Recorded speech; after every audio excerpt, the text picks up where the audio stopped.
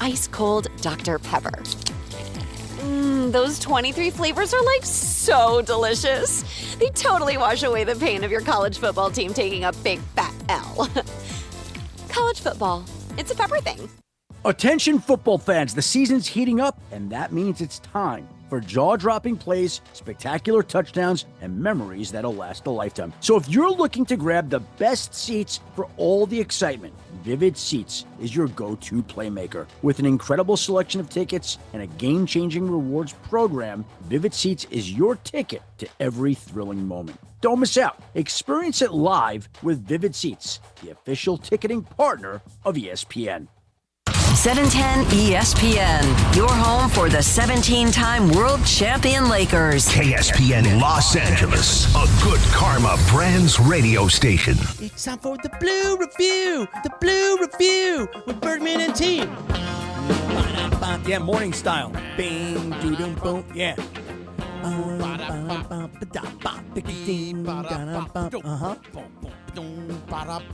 It's okay, Cappy. Yeah, so it's a morning version of a Blue Review. We're good.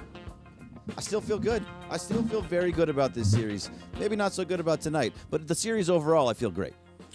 Bergman, Kaplan, Jorge Briones. It is a morning version of the Blue Review. The Blue Review with Bergman and team.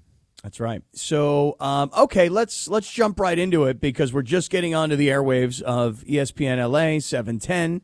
And last night, listen, I'll just say it like this. I suppose if you are listening this morning, you're up, you're Adam, you're a Dodger fan, you wanted to see this thing end last night, right? Like, why give them any life? You know, any coach would say when you give a team, you know, just a little bit of an opportunity, just a little crack to think that the door is open, you know, you're keeping those guys alive. On the other hand, I think Dave Roberts, and, you know, Bergie, you've been saying it, that he's been managing brilliantly throughout this postseason. He knows, and this was my point in the previous series in the NLCS, you know it's a 7-game series. You know what your pitching staff has and doesn't have. You know with the situation of having a 3-0 lead. You go into that game last night, and you get deep into that game, and you're only down by 2 runs, and you got to start thinking to yourself, are we going for the win here? Has the game gotten out of hand? At 2 runs down, it hadn't. So once the Yankees blew it up, you're like, okay, fine, no problem. We'll go down tonight. We'll lose this game 3-1, but we've still got our entire bullpen ready to go come up tonight. Yeah, that's basically what it is. You didn't use any of your high leverage armors. Like you used Ben Kasparius and Landon Knack, and even Daniel Hudson is a lower end reliever at this point, and Brent Honeywell, and that was really it. The fact that what hurt was that you put in Daniel Hudson in the 3rd inning for 1 inning. He was there for 1 inning. And that 1 inning, he just absolutely let it get out of hand, and that was really the end of everything. They still had chances. It was all possible from there on, but Daniel Hudson giving up that grand slam to Volpe just basically ended everything. But the biggest thing, Cappy, is, you know, just in this series in general, it's kind of flip-flopped for the Yankees and the Dodgers. The Yankees had the better starting pitching coming in, right? And the Dodgers had the better bullpen. It's completely opposite in this series. The Dodgers have had the better starting pitching, and the Yankees have had the much better bullpen. This is the way things go, and that's why having bullpen games can come back to bite you sometimes. Yeah, but listen, I know George and I in the afternoon, we argued about this during the Mets series. When the Dodgers had the lead and they went with a bullpen game and they lost that game, George was like, well, that's a huge mistake. And I'm like, no, it's not a mistake until we understand what the end result is of the series, meaning Roberts has to manage differently in a 5-game series than he does in a 7-game series. And when you have a 3-0 lead and you're trying to protect your starting pitching because you're going to need these guys again, you come out with a bullpen game, and then you see if your bats can win you the game. And listen, it all started with Freddie Freeman in the 1st inning. When Freddie Freeman hit that ball, Bergie, I don't know what your reaction was. My reaction was, are you freaking kidding me? Again? A 4th straight game with a home run? And this one was a rocket shot, like a line drive down the right field line. I just couldn't believe that Freddie Freeman had given the Dodgers a 2-0 lead. I mean, he's been incredible at having 4 straight games and 6 overall, and has now the record in all time of straight games with a home run in the World Series. But the fact is, like, that short porch in right field that it's helping these guys out. Will Smith's home run a little bit later would not have been a home run in any other ballpark. That ball from Freddie Freeman may have gotten over in other ballparks, but for the most part, probably not. But either way, Freddie is fully on one right now, and it's just really, really fun to see, especially since everything he's been going through. This is a movie script, Cappy. Everything that Freddie Freeman is going through is basically, hey, you can put this into a movie and be like, that's stupid. That's some Disney nonsense. It's that good what he's doing. Yeah, I mean, listen, I think like tonight, if it were me and I were Dave Roberts, I'd be saying to my guys this morning, or this afternoon when they get to the park, hey guys, it would be awesome to go home and win in front of the home crowd. It really would be great. However, you don't want to give these guys another breath of life. You'd actually like to finish it off tonight. And listen, this pitching matchup tonight, you were talking about Gerrit Cole yesterday. Why would the Yankees not use Gerrit Cole yesterday? Worked out for him. It did work out for them. And so now you've got this Jack Flaherty versus Gerrit Cole matchup, which if you go back to the beginning of this series, I mean, it was for the most part a pitching matchup that was a draw between the two of them, right? It turned out it required bats late in the game. But I would think that that's what we're going to get again tonight. We're going to get two pitchers that'll probably give you at least 5 innings. Maybe in Cole's situation, maybe he gives you a little bit more, but it's going to come down to the offense tonight. But you would love to wrap this thing up tonight, because if it gets to 3-2 and you come back to Dodger Stadium, it's just not as automatic as it felt at 3-0. No, it may not be as automatic, but this is also the other part. But Gerrit Cole not pitching in Game 4 makes a big difference for the rest of the season. I understand for the rest of the series. I understand that it worked out. They won last night, so he gets to pitch in Game 5. But that's it for Gerrit Cole. Gerrit Cole is now no longer going to be able to pitch in any game left, because it would be 2 days rest for Saturday's Game 7. If he did pitch Game 4 and they won and they found a way to come back and get it to a Game 7, Gerrit Cole could come back again and on 3 days rest and pitch in Game 7. Now that is out of the equation. Gerrit Cole gets Game 5 and Game 5 only. So your best pitcher is done tonight, and you have 2 more where we still have Yamamoto and Buehler for Game 6 and 7 if it happens to get that far. Now, so that's why the decision still doesn't make sense to me. I get that it worked out, but the fact is that you only get Gerrit Cole once, I think is poor management on their part. Yeah, but on the other hand, right now, you needed to stay alive last night. The Yankees found a way to do that. Now, tonight, if they can find a way to win this game, and like you say, they've got their best pitcher, and it's total desperation time, and then all of a sudden it's a 3-2 series, and it comes back to L.A.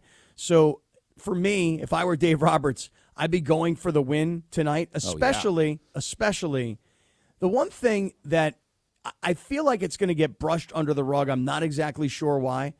What happened last night when Mookie Betts makes that play early in the game down the left field line, and these 2 Yankee fans idiots who listen, the Dodger fans, and I believe rightly so, got a bad rap during the Padres series when the guy in left field decided to throw the ball at Jurickson Profar, which then turned into a long delay in the game, which then turned into the Padres players actually taunting the Dodger fans, and it looked like the Padres were on the verge of winning that series. So Dodger fans look bad nationally throwing things onto the field, okay? But that was bad.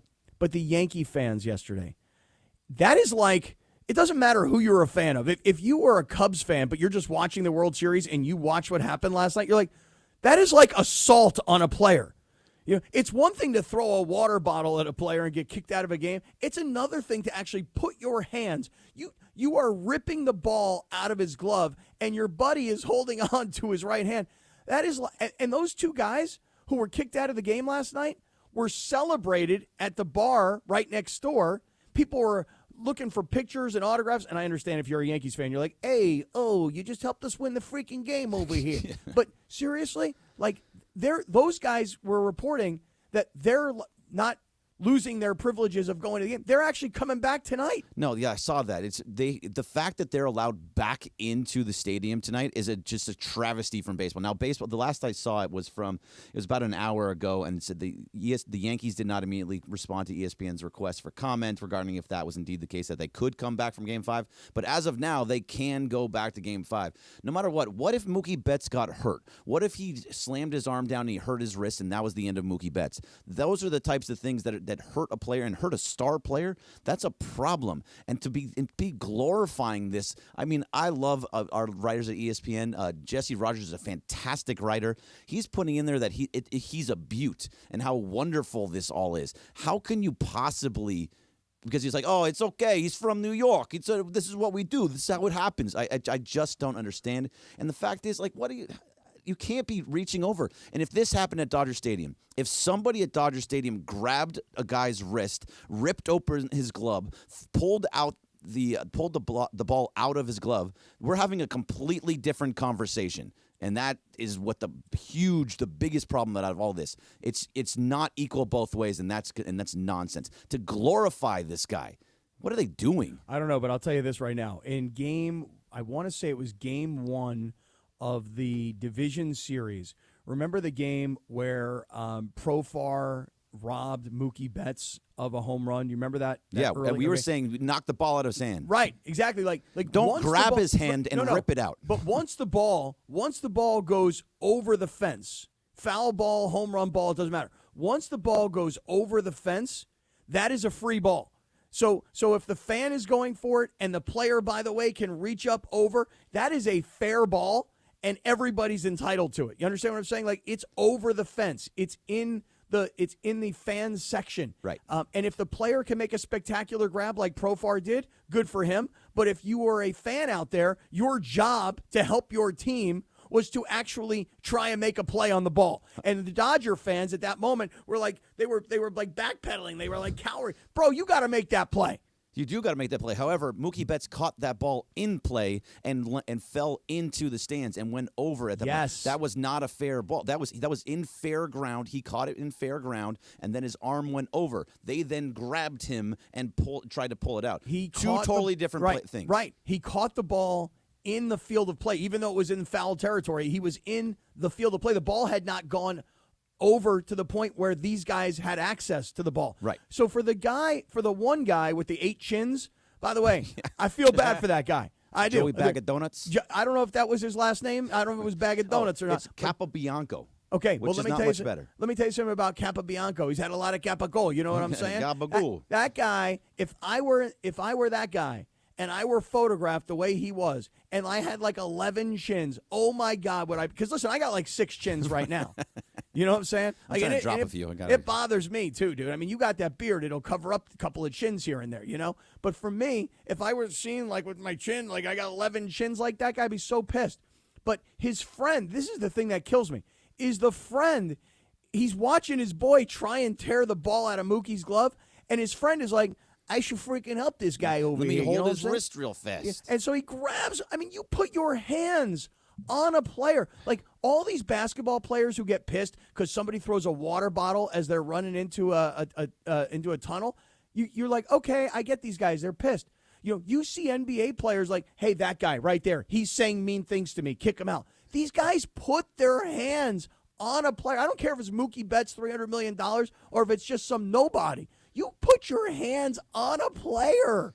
And for them to say like, oh, yeah, come on back. Just sit in the exact same seats. Pay another $2,000. We just want a little bit of the money. Come sit here and you're fine. You're fine. If a ball comes over again, grab him again. Grab it, anything you can. That's what you have to do. You have to D up. That's the way they put it. Yeah. If it's in our area, we're going to D up. Yeah. That you wasn't in your area. It was in the field of play. You don't touch players. I mean, period. End of story. Dude, This guy. This is exactly why, if I were Dave Roberts, I would be saying to these guys today, hey, guys, look, 2 things. 1, we don't want to give them any life. We don't want to give Aaron Judge an opportunity to explode. Because, listen, Aaron Judge still hasn't done anything. So what? He got a hit last night. Big deal. It was off nobody. It's garbage time.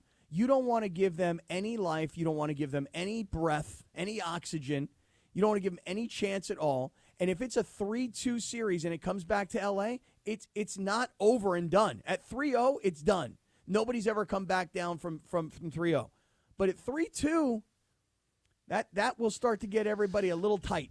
I mean, I know you want the narrative of like, okay, it's got to 3-2. It's never, no 7-game series has ever made it to Game 6 when it starts at 3-0. It just hasn't happened. And now it possibly could happen.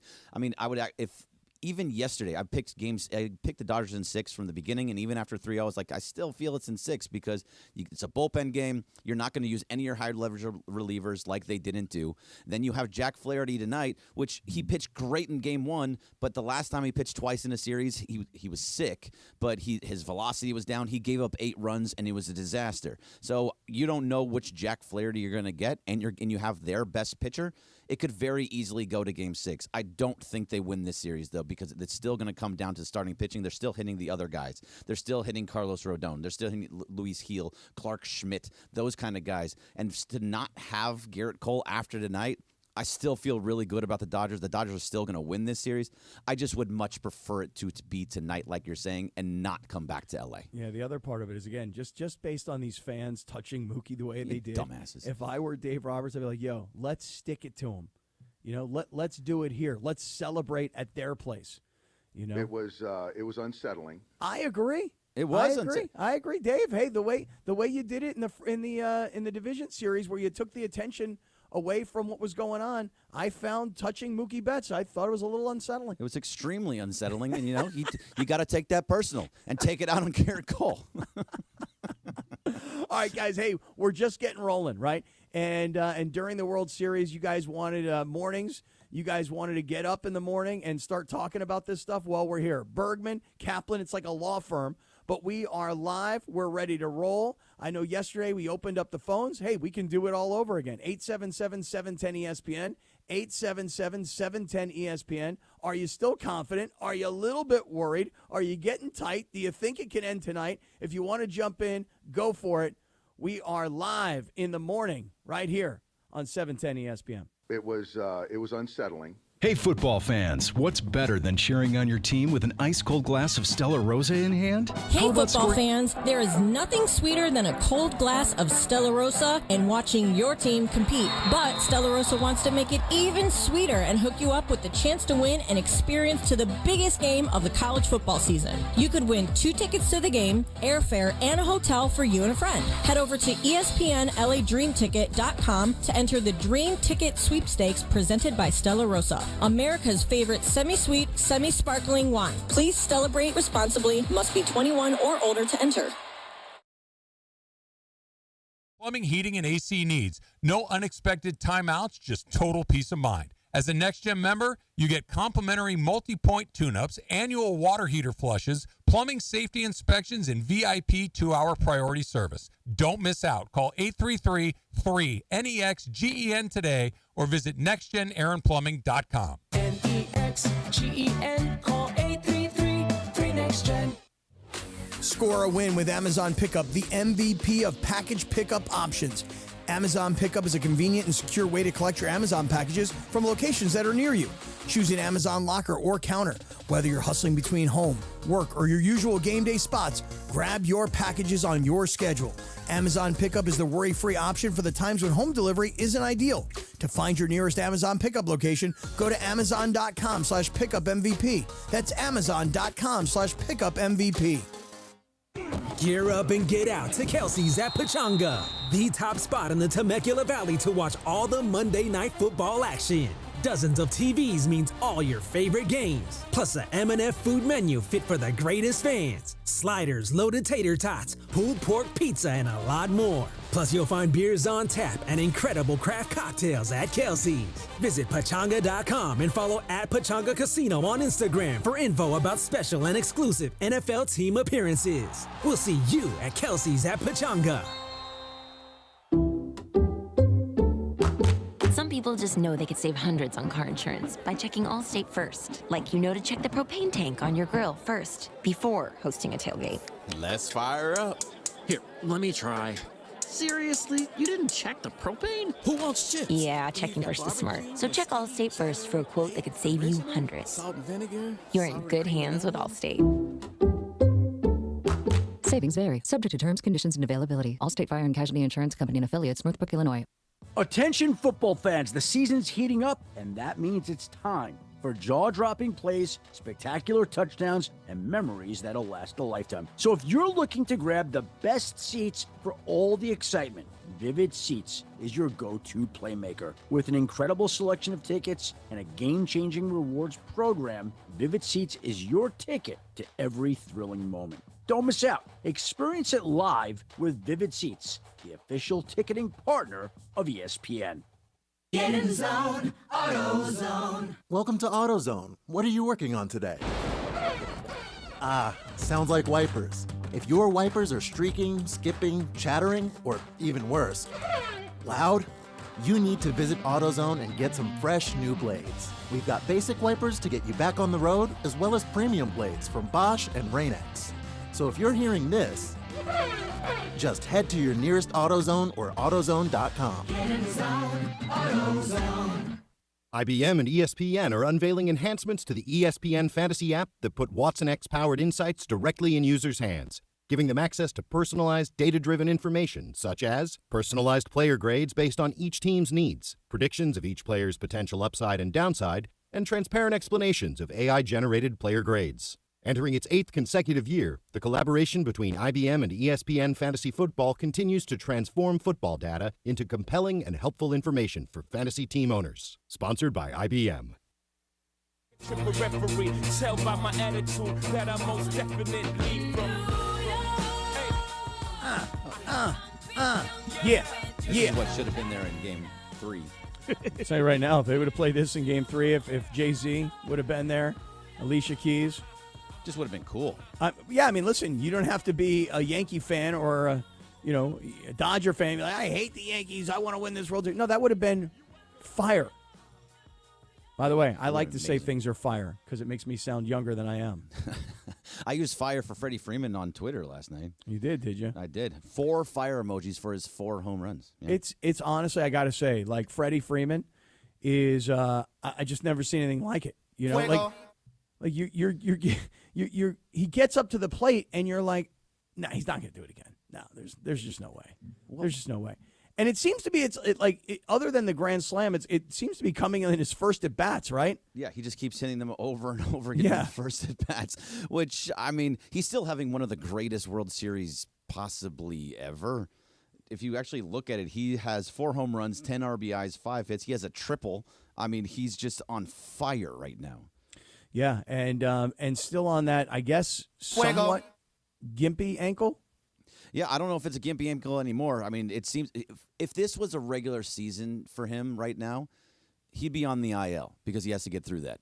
But the fact that he's still playing through that, yeah. So I guess that ankle has to still be bothering. But he ran out a ball to first and beat out a double play last night. He obviously had a triple earlier. He's going from first to third. Yes, right. If the ankle is bothering him, it's not bothering him enough. Right. I'll tell you this. So this is one thing about this series that I will say, like if you are a Yankees fan and you're trying to figure out if the Yankees can get back into this thing, two parts of it. One, Judge still hasn't done anything. He had a hit last night. It was late in the game. It didn't mean anything. And I guess if you were a Yankee fan, you're like, it doesn't matter. As long as he put the ball in play, start to build his confidence. On the other hand, when you look at Ohtani holding onto his jersey while running, I know the point was made last night that a ball was hit and Ohtani was trying to get to second base, and he's still fast, but they were saying it's like if he's not using his left arm to pump when he's running, it's got to be slowing him down just a little bit as he went to slide into second base last night. I can't figure out, what the deal is with Ohtani. Like, how hurt is he? Because he's still swinging the bat. He's still putting the ball in play, but he's holding on. He's like his own cast when he's running. Well, it's just weird what he's doing. Yeah, holding his jersey while he's running. Maybe he gets in there, maybe because it would have been by split seconds. But I don't know if he's gets there either way. It was pretty sharply hit to Volpe. But either way, I don't know. I mean, when you see him at the plate, that's what's bothering me. Yes, he did get a single, but he still is swinging at really bad pitches. He's swinging at pitches that are down in a way that he just shouldn't, especially with that shoulder where he has to put it out there. He shouldn't be swinging at those pitches, and that's what's starting to get frustrating. He gets those 3-ball counts and then swings at a bad pitch when just look for a pitch inside. Look for a pitch. If you strike out looking I kind of understand, especially when it's low and away like that. But he's stretching out and and going further and further and further. I don't know how hurt he is, but he must be pretty hurt if he's sitting there holding his jersey the entire time he's on the base path and in the dugout and running with it. I mean, just to run like that, you would just think that even you're on the field, you're in uniform, you're on base, and to go from first to second, you would just think that. I mean, just going from first to second, you got to just suck up the pain, whatever it may be. I'm just hoping that this is just for right now, and then for today, in today's game, he kind of just lets it loose a little bit. You got Gerrit Cole. You can't just kind of sit there and be swinging at bad pitches. So I'm hoping that's like, okay, look, we got this 3-0 lead. It looks great. All right, this is a game that I can kind of just, go slowly through and not really push me too hard, because if we lose, it's not the end of the world. I hate that feeling, I hate that thought process of it's not the end of the world, which Dave and Shohei seem to be having. Hopefully he comes out there today and he just says, okay, this one game for what I've been dreaming about my entire life, to be in the World Series. I went to a team in the Angels where I couldn't even make the playoffs, and now I'm one game away from the World Series. I'm just going to put it all out there in Yankee Stadium, and let's get this dub. That's what I'm hoping he does, but I just don't think he's going to do it. For those of you that are watching the YouTube version of today's broadcast, I know a lot of you guys are listening on 710. Many of you guys are listening on our YouTube, and you're watching on YouTube. And a lot of you guys are listening on the all-new ESPN LA app. And by the way, to everybody that's in New York City, to all of the folks who are in New York going, all right, well, what are they talking about in LA? Welcome to you guys, too. I just saw that our social media team put up on the YouTube that Yasmeet says that they need me to put the Elton John Dodger costume back on because it was seen as good luck, and the Dodgers had a 3-0 lead. I mean, I'd love that. I'll say it like this right now. I don't think it needs to come out. I've always been told I'm a jinx. I can't believe that I'm being told I'm good luck, especially since I was the guy rooting for the Padres, not the Dodgers. And now you're asking me to put the Elton John costume back on? I'll say this. If for some reason this thing gets back to 3-3, this thing goes to even, it goes to Game 7, and Dodger fans are like, come on, Cap, help me out here. I may be willing to do that. I mean, it would be great, because since you wore it, they've lost 3 games since then, and this is a game that, obviously lost last night. But look, wear it. Anything works. Anything works. You got to do what happens. And, it's funny. That's just how I normally am. I wear the same Dodgers shirt for every win until they lose, and then I move over onto something else. I don't know if you do those types of weird things like that, but last night I had won 4 games in a row with the shirt that I was wearing. It said, like, welcome, thank you for being a part of the Carne Asada or something like that. And now I can't wear that today. And I got to figure out what I'm going to wear tonight. You should wear one that says, thank you for being part of the Pollo Asada. The Pollo Asada. There you go. I got my Vince Scully shirt today. You see that, Captain? I remember when you ordered that one. Yeah. It's been a while. I always feel better wearing Vin. Like, if I'm wearing Vin, I feel like it's just a win. When I went to Game 1, I was wearing my Vin Scully shirt, not this one, a different one. They won, and it was against Gerrit Cole. I felt like, you know what, go Vin again. Are you feeling confident about tonight? You want honesty or heart? Let's start with honesty, then we'll go to heart. All right. So, honestly, I like I said earlier, I always thought this was a 6-game series. No matter what, I thought it was a 6-game because bullpen into Gerrit Cole. I think Gerrit Cole is the type of pitcher that can go deep, and he's also the type of pitcher that Dodgers don't really like facing for the most part, that he's a guy that pounds the strike zone with fastballs and off-speed pitches that just keep them off balance, and he'll probably go high, which they're just swinging at everything up there. So I don't like facing Gerrit Cole. I'm a little bit worried about Jack Flaherty. I don't hit the last time. He gave up 8 runs in a second in New York, so that worries me a little bit too. I just don't feel too good about tonight's game. I never have, though, even from the very beginning. When they went up 3-0, I felt it was like, nope, this is still going 6. So, no, I do not feel good about this game because of Gerrit Cole and not being sure about Jack Flaherty, and the fact that we have not hit their bullpen basically at all except for in that grand slam. You did not give up. They're just not giving up anything. Their bullpen has been really, really, really good. Now, luckily, we saw Luke Weaver for a 3rd time, but I just don't like the way that this is matching up. I do think they win in 6 still.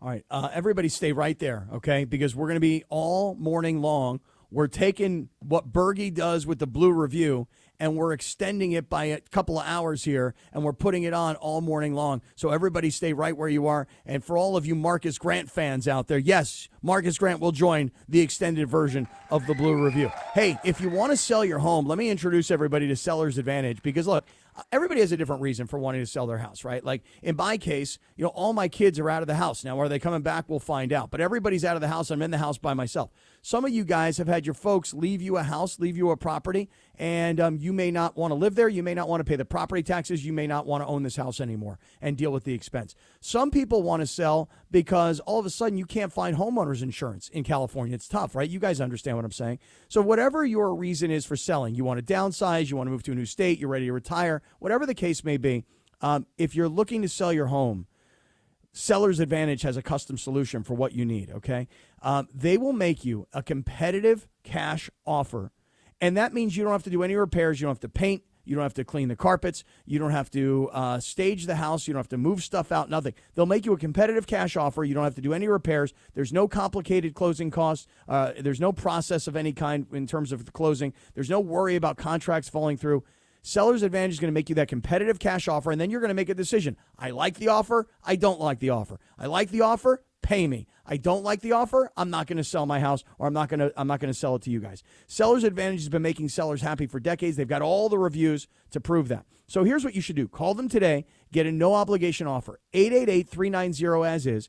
888-390-AS-IS. 888-390-2747 or sellersadvantage.com. And here's their DRE number. It's 01961658. More of the extended Blue Review coming right back.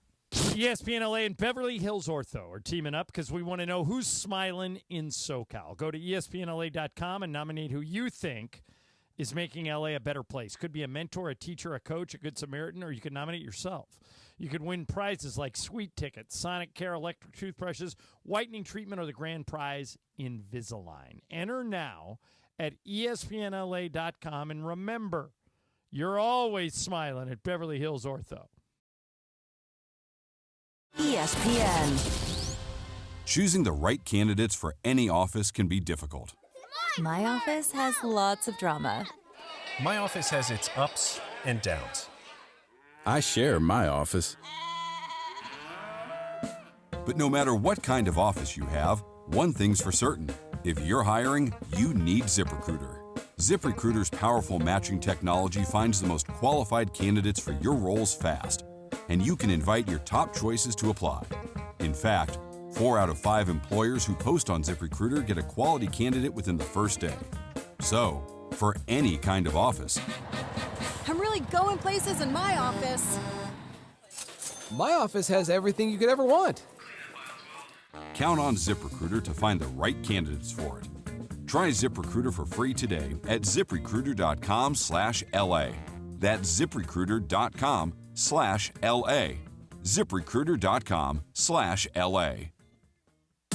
Hey, it's Mace here. Wait until you experience the NBA at the hottest, most amazing venue in LA. That is Cosm in Inglewood. It's called Immersive Shared Reality. It will look and feel like you are courtside. If you want to be at Cosm for live NBA action, go to Cosm.com. That's COSM.com. Use code ESPNLA. Get 20% off any NBA game in November. Do not wait. Tickets go fast. Go to Cosm.com. That's COSM.com.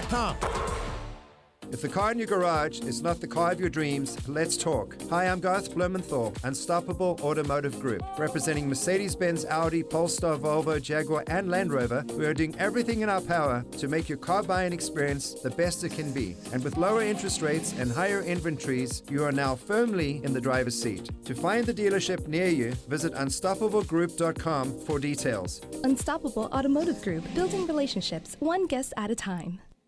At the Home Depot, we know you can't control everything, like when your guests arrive too early for Saturday college football. But you can control your grill. With the Traeger Timberline XL, you can watch the game, not the grill. Monitor your football feast from anywhere using the Traeger app. With the Timberline XL, you can bake, smoke, sear, fry, and saute. That's Desmond Howard-level versatility. Huddle up, the food's done. Defend your game time with Traeger and the Home Depot. How doers get more done. Life insurance. Why are you putting it off? Can't afford it? Too much hassle? Think you don't need it? There's lots of excuses for putting off life insurance. But if you weren't there, who would pay the mortgage and other bills? With Ethos, you could be covered in 10 minutes and boom, family protected. Ethos, fast and easy online term life insurance. Up to $2 million in coverage with no medical exam. Some policies as low as $1 a day. Answer a few health questions and get your free quote at getethos.com. That's getethos.com. It's time for the Blue Review. The Blue Review with Bergman and team. That's right. It is time for the Blue Review with Bergman and team. Bergman, Kaplan, Briones. Early mornings here on 710. It was unsettling. It was unsettling last night watching Mookie Betts get assaulted down the right field line. I still, honestly, like, I was talking to my son about it this morning, Bergie. Yep. And he's like, I just cannot believe if you hadn't seen it last night, if you didn't see it live. Because one thing about it is we talk about, like, NBA players all the time, and they're like, hey, that guy right there, he said something mean to me. I don't like what he said to me. Get him out of here. You know, some Russell Westbrook gets called Westbrick, and the next thing you know, guy's getting kicked out of the game. You're out of here. You're right. gone. LeBron hears something that he doesn't like courtside. Gone. Hey, see you. Goodbye. Even Caitlin Clark during the WNBA season, was like, I don't like what he's saying. Get him out of here. But Mookie Betts handled this situation last night. Again, I mentioned I was talking to my son. My son saw it, and he was like laughing.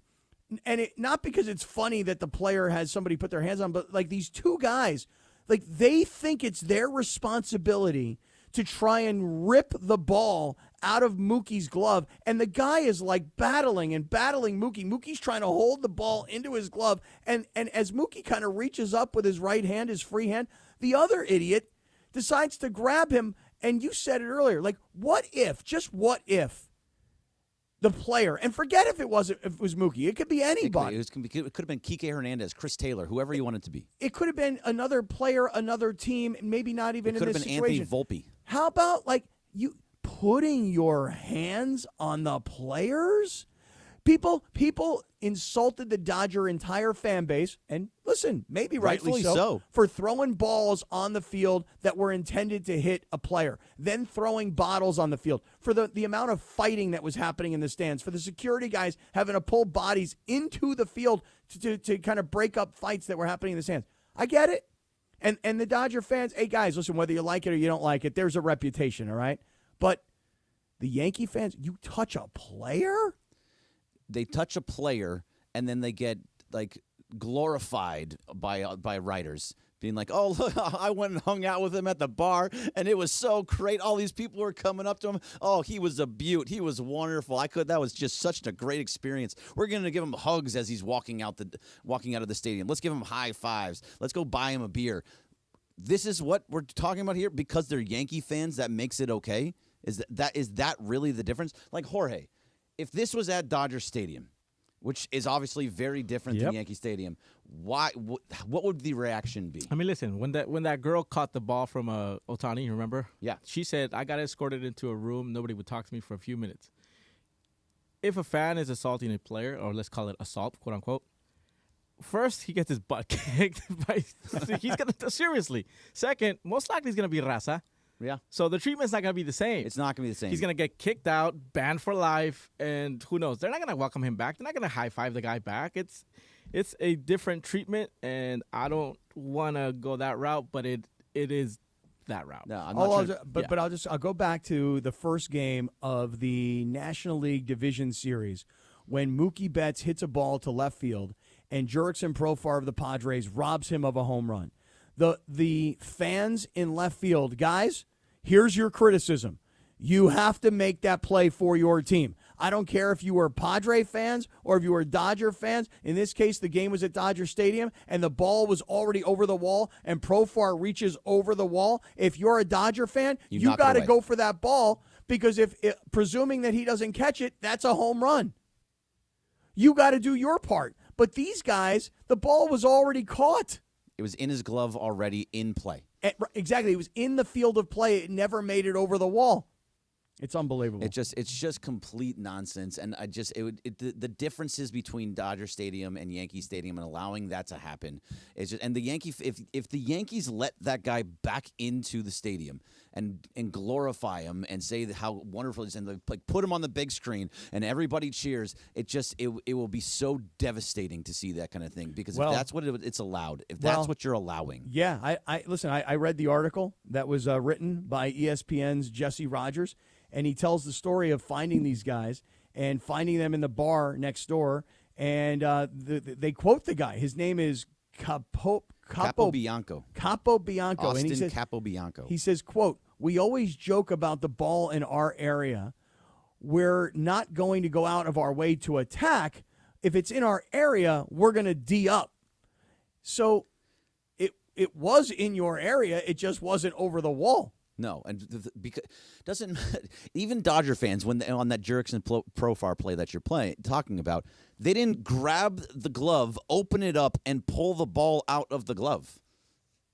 Right. That's and having somebody else grab the guy Profar's wrist. Profar would have lost his mind if someone grabbed him like that. Oh yeah, like if someone would have put their hands on him, oh yeah, for sure, dude, no doubt. It would have been a complete mess. That whole section would have gotten kicked out. It would have gone all over the place. Mookie Betts was saying after the game, he's like, "Doesn't matter, it's irrelevant." You want to hear what Mookie Betts said? Go ahead. What happened with that fan? That foul ball? It's irrelevant. We lost. It doesn't matter. Just how is that man feeling? Because it kind of looked like, from our perspective, that your wrist kind of went a little bit back. No, I didn't even know he grabbed my hand, so no, it's perfectly fine. Was that about as aggressive as you've seen fans in all your time in the game? When it comes to the person in play, it doesn't matter. We lost. It's irrelevant. I'm fine. He's fine. Everything's cool. We lost the game, and that's what I'm kind of focused on. We got to turn the page and get ready for tomorrow. So he's playing it off like, okay, look, whatever, it doesn't matter. Just let that all go. We lost. I want to just come back tomorrow and win this game. That's all that matters to him. If Jurickson Profar would have lost his freaking mind, and I'm not saying what Mookie Betts is saying is the right thing to do. I'm not saying he should be going and pressing charges or whatever it happens to be. But you should at no point should that be allowed in any stadium in all of the world. Doesn't matter where it is. Not a soccer stadium, anywhere. Yeah, for any sport. That's not it. Yeah. You don't touch players and get to come back. Well, that's the other part of it.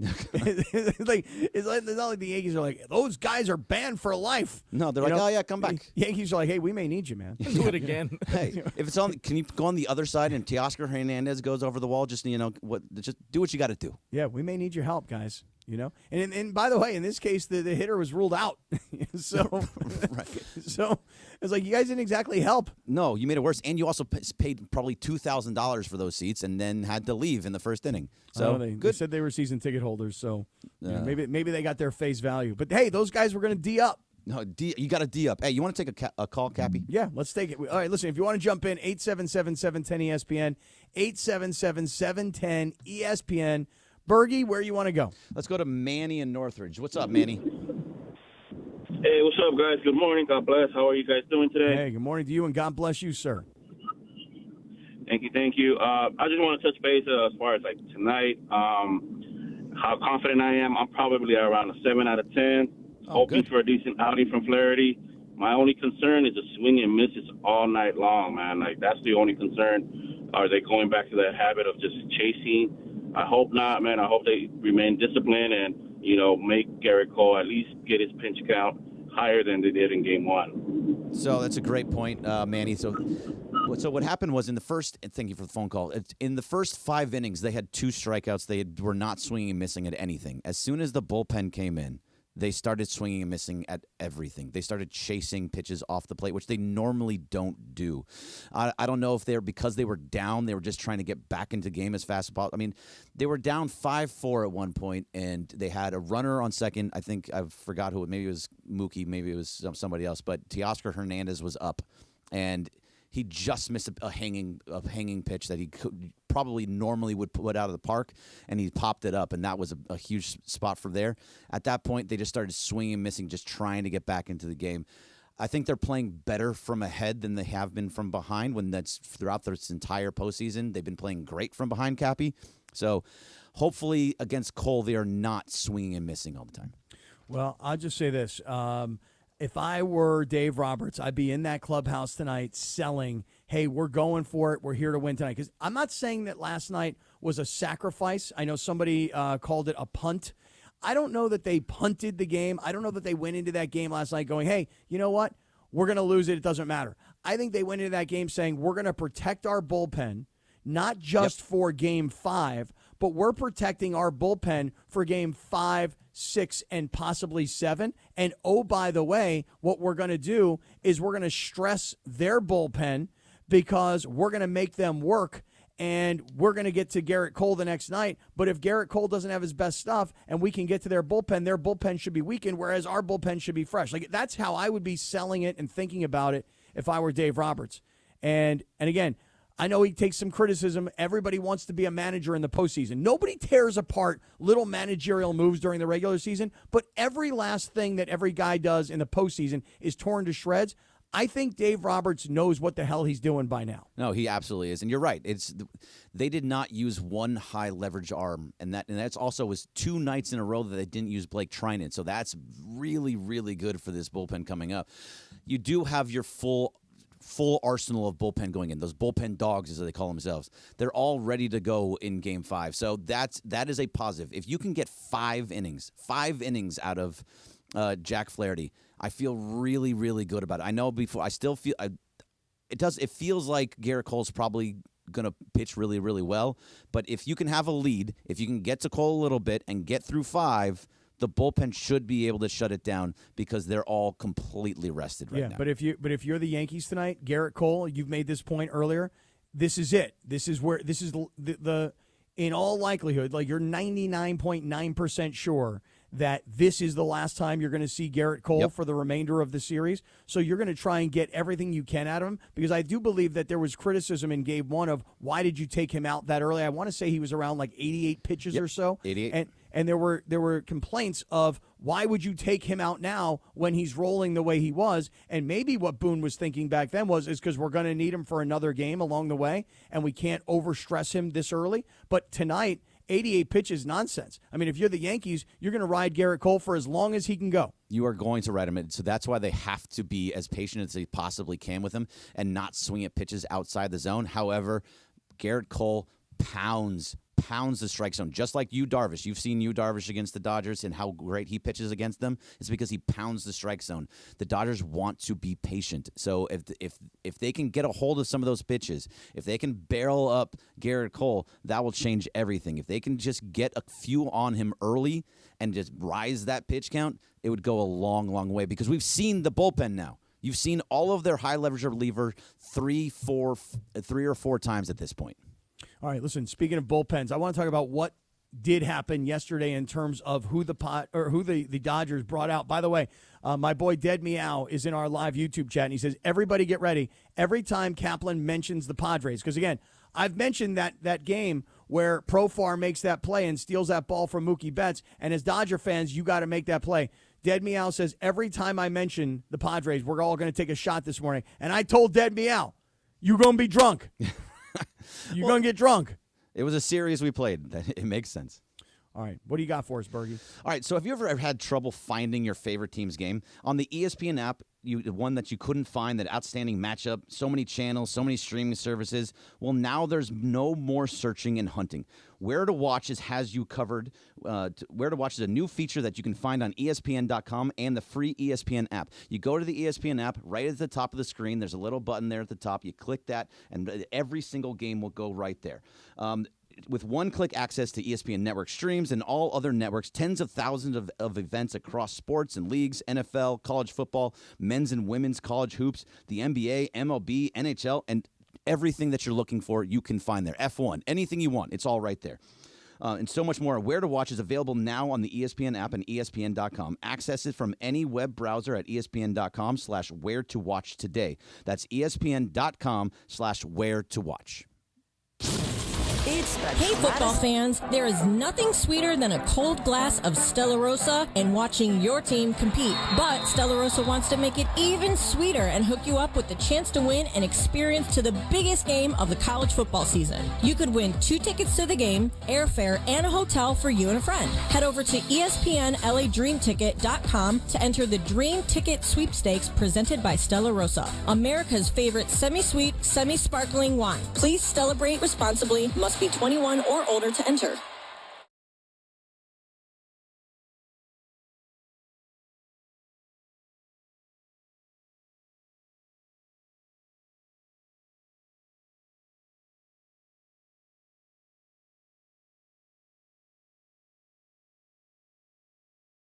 ESPN LA and Beverly Hills Ortho are teaming up because we want to know who's smiling in SoCal. Go to ESPNLA.com and nominate who you think is making LA a better place. Could be a mentor, a teacher, a coach, a good Samaritan, or you could nominate yourself.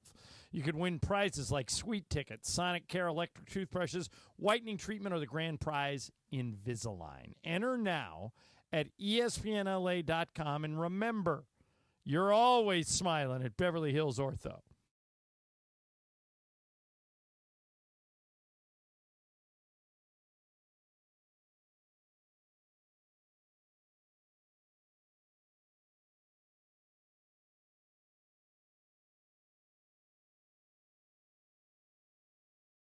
Park Party and Play at Hollywood Park Casino. Listen to Travis and DeMarco to win the ultimate game day prize pack. VIP tailgate passes plus game day tickets. Listen to your cue to call and don't miss your chance to win the ultimate game day experience. Park Party and Play with me at Hollywood Park Casino. Must be 21 and older to enter.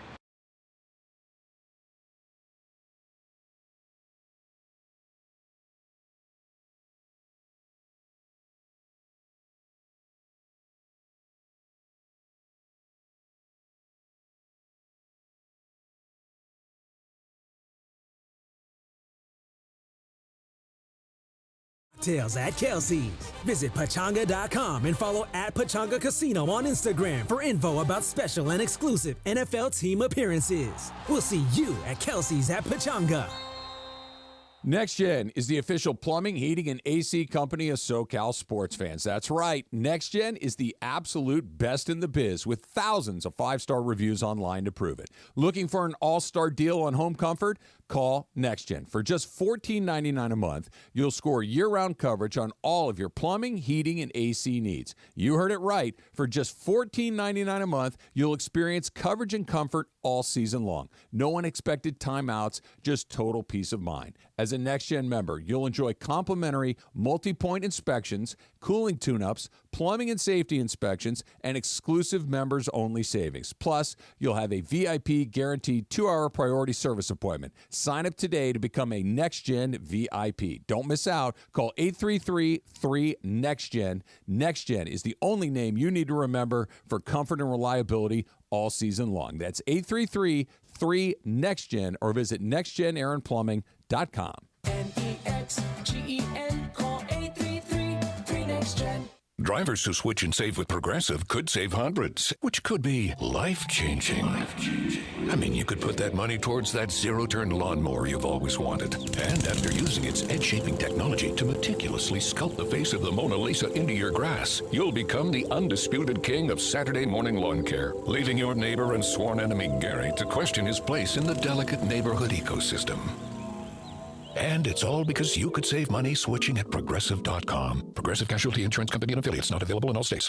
If it's hot, it's here. The best new stuff is at GNC. GNC brings you some of the best new products first from brands like Optimum Nutrition, Ghost, Bloom, and more. GNC has the newest breakthroughs in muscle building, weight loss, and wellness, and the best energy drink flavors. If you heard about it at the gym, you can bet that conversation started at GNC. Ask a coach about the newest drops at your GNC store or shop our full collection online at gnc.com today. If it's hot, it's here. GNC. It's time for the Blue Review. The Blue Review with Bergman and team. Oh, yeah. Yeah, early morning Blue Review. Yeah, it is. By the way, back-to-back for you and me, Bergie. I know, I love it. If it goes to Game 6, we get another one, Cappy. if it goes to Game 6, you and me back on the air together again on Friday morning. That's right. So, depending on what happens tonight, I guess it's really not going to impact tomorrow. Tomorrow afternoon, 3 to 6, me and Sedano will be back on together. But if it does, if the Yankees do win tonight and the series turns around and comes back to L.A. On Friday morning, get ready. The Blue Review goes 2 hours. That's on right. Friday morning. That's right. And if it does go Game 6 or Game 7, I think we're going to go again on Monday as well. So we got to figure that out. It's not set up yet, but we will go on Monday if it goes 6 or 7. All right. Bergie, listen, we've been talking a lot today about Freddie Freeman hitting his 4th home run in a row, 4 straight games, at least in this World Series. I guess you could go back to the 2021 and make it 6 straight games for Freddie Freeman. We've been talking about Mookie Betts being assaulted down the right field line. Ridiculous. We've been talking about how the Dodgers used a bullpen that really, honestly, did not bring out any of the big arms that they needed because it got later into the game. Game got blown up. There was no reason. Game was over. And Dave's got access to every arm that he's got available to him tonight. So did he set it up correctly? Did he, maybe tire out any of the Yankees bullpen? Did he save all of the Dodgers bullpen? We'll get to all of that and so much more still to come. But I know we've been saying, what do you guys think? 877-710-ESPN. Bergie, where you want to go on the phone? All right, let's go. David in Palm Springs. What's up, David? What you got? David, you there? Okay, let's go to JB in Tustin. What's up, JB? Hey, Bergie and Cap, how are you this morning? Yo, Great yo, yo. day. Yo. Hey, I had, going back and looking at Roberts, and I almost feel that, he played prevent defense, to put it in football terms, right? Almost conceding the game. So here you have a chance really to drive the nail in the Yankees' coffin, step on their throats. And, the Black Mamba mentality, why don't you come out and just attack and give it all your all? And one thing I thought that was interesting is Roberts, who uncharacteristically left, I think, Hudson in the game. He was struggling there. I think he had a hit batter or two and end up giving up 4 earned runs, if I remember correctly. But I thought he should have gone to the hook there a little bit early. And then the second thing, as you mentioned, I know Shohei must be hurting. I got to believe he's hurting. But Max Muncy, man, he's really hurting. And as you know, anybody who's played the game of baseball, once you go into a slump, right, you've got everybody in your ear. You got the batting coach. You got your dad. You got the fans, the media. And it becomes a mental game. And it takes that one hit. And that's what kind of scares me about Judge. He got that one hit last night. And so, you get Stanton going, you get Soto going. If you get Judge going, watch out. But, Muncy is uncharacteristically, he's undisciplined, and he's swinging at anything and everything. And we got to get him out of that slump sooner than later. Yeah, so Muncy has been a problem. But he was so good in the NLCS, and he was so patient. But for some reason in this series, he has been swinging and missing at everything and really reaching outside, too. High, outside, inside. He's swinging at basically everything, not being patient as he typically is. So that's concerning. Hopefully he can get it figured out today. But the Hudson thing, let's talk about that for a second, Cappy. Because going to Daniel Hudson, it really just depends on what Dave Roberts' mindset was. I think he had a plan, and he was going to stick to that plan no matter what it was. He was going to go Casparius for 2, Hudson for 1, and then he was going to go Knack for 2 and get through 5 innings. If you had the lead after 5 innings, then you go to your high leverage arms and try and put your foot on their throat like he was talking about, and was the right thing to do. Once Hudson gave up that home run, that was it. But he did say after the game that was Hudson's inning. He was going to be in there the entire. I don't even think they had somebody warming up, Cappy. Yeah, but I wanted to say one thing, that if the game plan was to keep it close, and then we'll see what happens later in the game. You got to remember they went into the 4th inning, and it was 5-2. The Yankees had the lead, and then by the time it got through the 5th inning, it was a 5-4 game. Right. So this was still very much a game. At that point, and then things obviously, as we know, kind of later on down the line, got blown up. But if you're Dave, you have to make that decision in game, which is, hey, we got to this point. How close are we? We're down by a run. We're down by 2 runs, whatever the case may be. Are we still within striking distance? If we don't think we are, and at 2 runs you are, but when the game gets blown up and you're not, because after the 3-run home run, that was kind of it. You're like, okay, All right, listen, we'll sacrifice a Knack for 4 innings. We'll sacrifice a Honeywell if we have to, so that we don't have to use these other arms. By the way, the 7 a.m. hour here on the Blue Review Expanded Morning Show is presented by the law office of Joseph Normand. In an accident, call Joseph and his team at 213-747-2000. That's 213-747-2000. Or visit normandlegal.com. What you know about that, Bergie? I don't know nothing about that, but Joseph Normand, he knows what he's doing over there. Tell you one thing about Joseph Normand. I met him at his office about a week or so ago. Did you? He's a snazzy dresser, I'll tell you that right now. Every time he comes in here, he is a very snazzy dresser. Yeah. Smart guy, too. Yeah, smart guy? Yeah, very smart. Right, if you say so. Not a smart guy like the guys over in New York. Hey, smart guy. Not that type of guy. Like, he's intelligent. He's an intelligent guy. Intelligent guy. Understood. Yes. You want to take one more phone call, or you want to get out of here? Yeah, no, let's take one more call. Let's see what everybody's got to say. 877-710-ESPN, 877-710-ESPN. I can't even believe I'm hearing myself say the phone number, because we so rarely, at least on Sedano and Cat, we don't get to take very many calls. But, I mean, this is the World Series. This is instantaneous reaction. This is a 3-1 series lead. What does everybody think? How you feeling? Go for it, Bernie. All right, what you got, Justin, in L.A.? I was lucky enough to be at Game 1. I'm just hoping Dodgers close it out tonight, because the seats I'm looking at for Game 6 cost $5,000. Yeah. And I cannot afford that. No, I don't think many people can afford that, Justin. This is where Justin, would you even want to go to, if you were at Game 1, you saw history. I saw the peak. Yeah, right? You saw the peak. Now, I get it, going to Game 6, if it goes to Game 6 and you see a World Series on Dodger Stadium field, do you want that, or do you want to just end with your mind at, the last game I was at, I saw the Grand Slam, yeah. And it's my nephew's birthday on Friday, so I'd be missing that. But my only worry is if they lose Game 6, then I'm really devastated.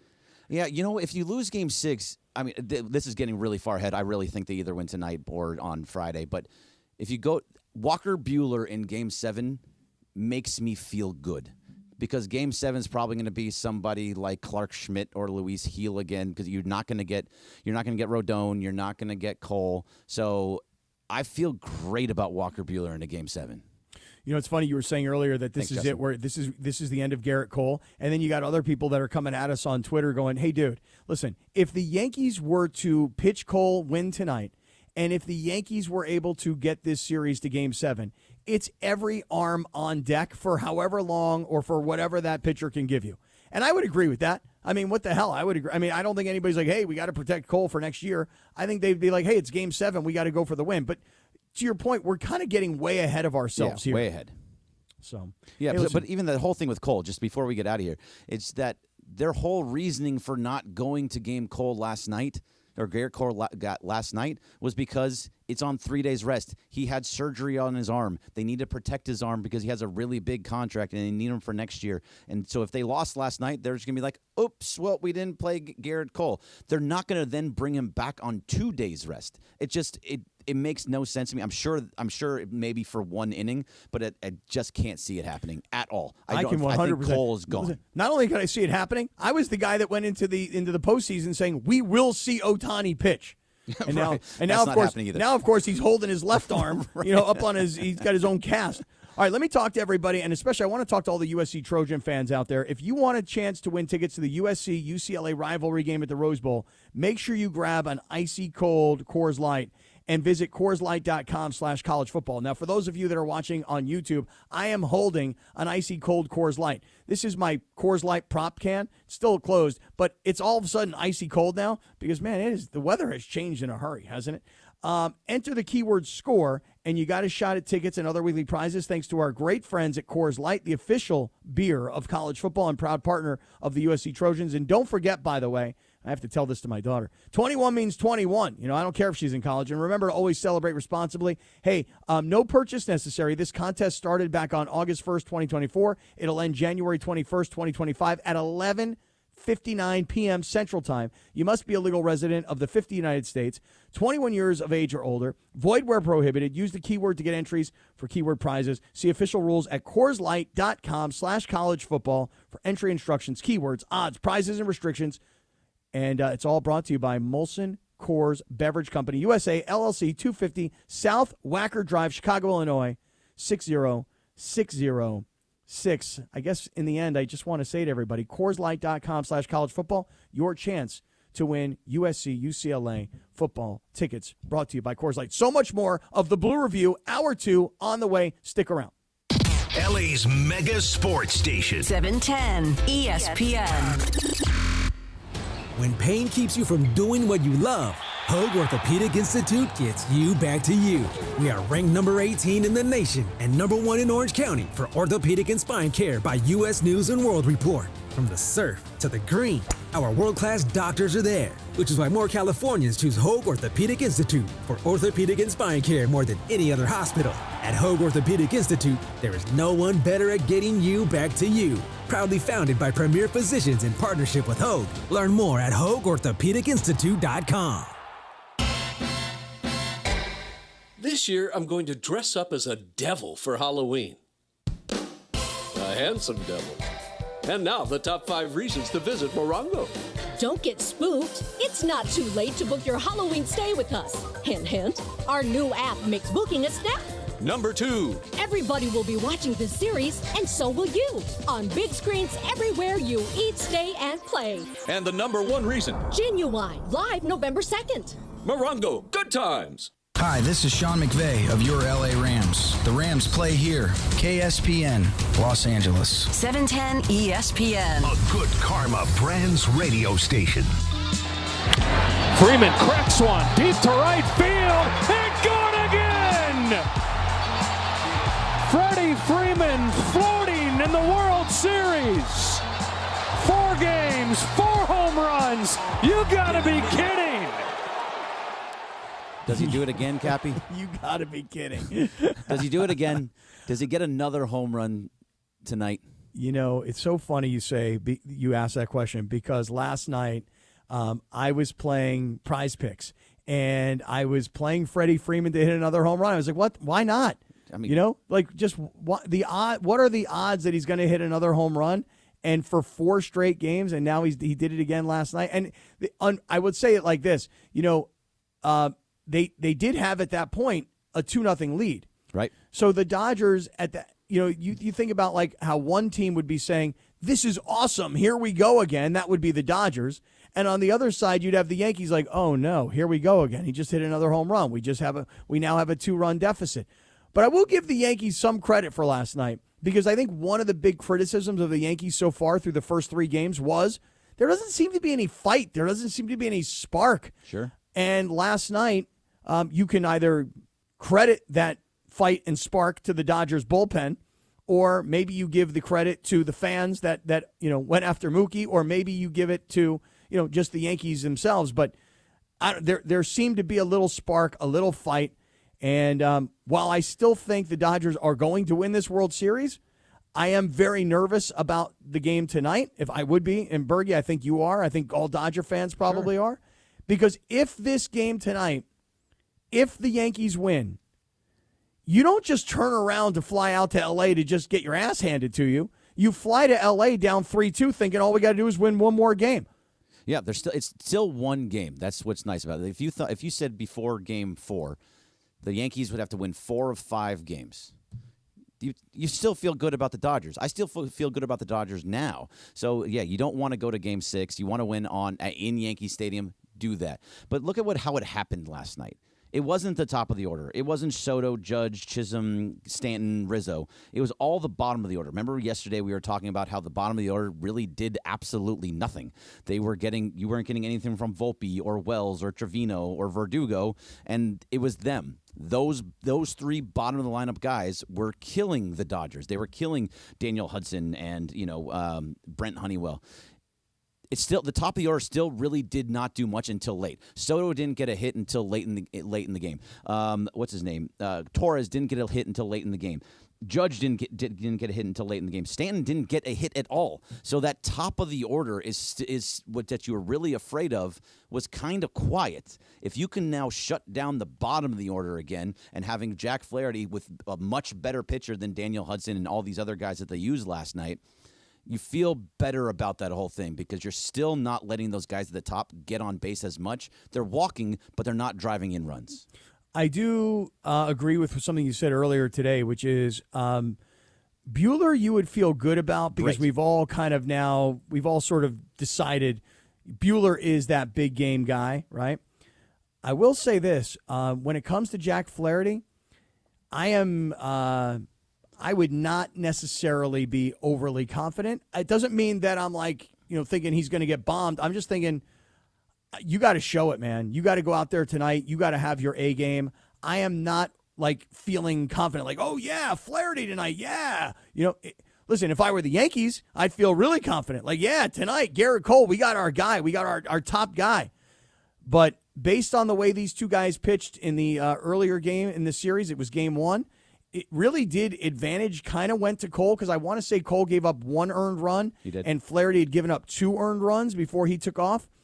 And there again, the criticism of Boone was that he took Cole out way too early, only on 88 pitches. I'm only thinking that he knew that this was a 7-game series and needed Gerrit Cole later on, which is how we get to tonight's game. That was game 1. Nobody knew where we'd be. Nobody knew that the Dodgers would have a 3-0 lead. So, listen, going into tonight's game, I got to be honest, advantage Yankees in the pitching department, starting pitching. Yeah, you go back to that first game. Absolutely. So Jack Flaherty was fantastic at the game. He made 1 bad pitch on a 3-2 count to allow. It actually wasn't even that bad of a pitch. It was off the strike zone. It should have been a ball, but Stanton just got it and got a hold of it and put it in the left field stands. But besides that 2-run home run from Stanton, Jack Flaherty was great. But now, if you go back just 1 series in New York against the Mets, Jack Flaherty got blown up in Game 5. That should have been the whole thing of oh no, we're going back to LA again. Jack Flaherty gave up 8 runs. He was not good in that game. Now, the whole thought process is that he was sick, his velocity was way down. You're going to find out what type of guy you have and what type of pitcher you have in Jack Flaherty tonight with the first few pitches. If he comes out and he throws 91-mile-per-hour fastballs, it's going to be a long night for Jack Flaherty. If he comes out and throws a 95-mile-per-hour fastball, 94-mile-per-hour fastball, that's going to change the way this whole game will go. Because if his velocity is up, he is good. When his velocity is down, he's not a good pitcher. That's the whole thing with Walker Buehler, where he's not that guy that throws that much velocity. You have to be a better pitcher. Jack Flaherty needs that velocity. Well, I think what you need tonight, and I'm going to caution everybody who's in our live YouTube chat who is also now participating in the every time Cap mentions the Padres, we're going to take a shot. Get ready. Here it comes. The Jack Flaherty that you have to have tonight is the guy that you had when he threw that pitch and he did hit Fernando Tatis, and that's what had Manny Machado barking at him, and that's what had Machado throw the ball at Dave Roberts, and that's what had Flaherty standing at the top of the dugout barking back at Manny Machado. Yeah. And my point is this: you need the badass Jack Flaherty. Yep. You need the guy that shows up with a whole bunch of attitude. You need the guy that was celebrated earlier in the postseason, not the guy who you just described, Bergie, who gave up 8 runs and got bombed against the Mets. Yeah, you need that guy, the guy that goes into the 6th inning, can go 5 innings, 6 innings, whatever it happens to be, and just keep them off balance. The amount of swing and miss that he was getting in Game 1, you need that again. And you need to keep that bottom of the lineup from staying hot, because it happened in Game 3. Alex Verdugo, the Dodgers were up 4-0. There was 2 outs. Alex Verdugo came up against Michael Kopech, 2-run home run, and that kind of started the whole thing for that bottom of the lineup. All of a sudden, the bottom of the lineup got kind of hot. So if Jack Flaherty has to figure out to keep those guys low, just like we talk about the Dodgers' bottom 3, has to get on base, keep those guys off base for the top of the lineup, and he should be just fine. But you get that badass Jack Flaherty throwing 95-mile-per-hour fastballs, it's going to be a better night for him. All right, let me talk to everybody here for just 1 second about my people over at Real Fathers Rights. And here's why I want to talk about this. Because, guys, I'm going to tell you right now, I have been in a bad spot when it comes to divorce, dude. When I got divorced, let me tell you something. I was so embarrassed because I thought, hey, when you said I do and you said for life, that was it. I was so embarrassed that I was going to be getting divorced, number one. I was so fearful, like, oh my God, what am I going to do? Money, my kids. Like there was humiliation, there was fear, and I didn't know what to do. But I do know what to do now. I need to pass this on to you guys because I've been there and I've done that, and I know what you're feeling like and I know what you're going through. But here's what I'm going to tell you. You do get through it, and things will get better, but you need a team of experts who know how to navigate the family court system so that you fellas keep your happiness and you get the justice you deserve. That's Mark Real and Real Fathers Rights and his entire team at Real Fathers Rights. By the way, Real is REEL. So when I tell you it's realfathersrights.com/710, it's REEL, realfathersrights.com. Here's a phone number, 323-870-1611. 323-870-1611. Many, many months ago, I drove out to Mark Real's office. I saw his entire operation. We sat down and talked about my situation, what he might have done to have helped. And guys, whether you're going through it right now or you've already been through it and you've got, the leftovers, the hangovers of what divorce can do, if you need the team behind you to take care of the father's side of things. Because listen, ladies, no offense, but oftentimes I've found this out myself. The court system seems to sort of favor the ladies' side. These are the father's rights attorneys. These are Real Fathers Rights. realfathersrights.com/710 or call 323-870-1611. Let's get real with Real Fathers Rights, the father's rights attorneys. Travis Rogers and DeMarco Farr. This morning at 9 a.m. after Greenie. I would like to have hung out with you in college. Park, party, and play at Hollywood Park Casino. Listen to Travis and DeMarco to win the ultimate game day prize pack. VIP tailgate passes plus game day tickets. Listen to your cue to call and don't miss your chance to win the ultimate game day experience. Park, party, and play with me at Hollywood Park Casino. Must be 21 and older to enter.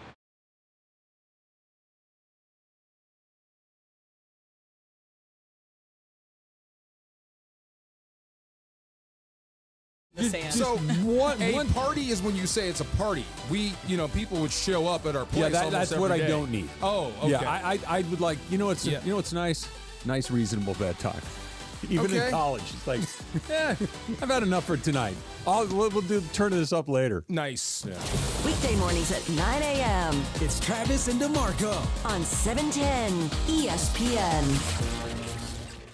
It's SUV month at Kia of Carson, and you can get sweet deals on the last of the 24 Tellurides and win a sweet night experience for you and 3 guests for just a test drive. Compliments of Kia of Carson and ESPN LA. We have great deals on our hybrids and plug-ins, as well as our all-electric models. So whether you decide to go with the Nero hybrid with an EPA estimated 53 mpg in the city or a rugged Telluride, we have the car and the deal for you all month at Kia of Carson. Visit KiaofCarson.com, or better yet, come test drive a new Kia for a chance to win a sweet experience.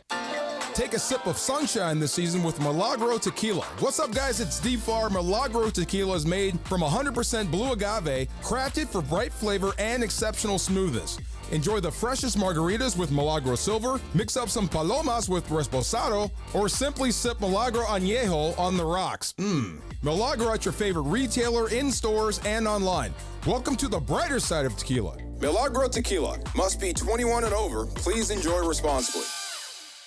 All right, everybody. Sedano and Cap here. And George, let's talk to everybody about Prize Picks, where you and me are freaking geniuses, and that's why we're killing it. We are crushing it, Cappy. And by the way, you can too. You can win as much as up to 100 times your money on Prize Picks with as little as 4 correct picks. But let me tell you something right now.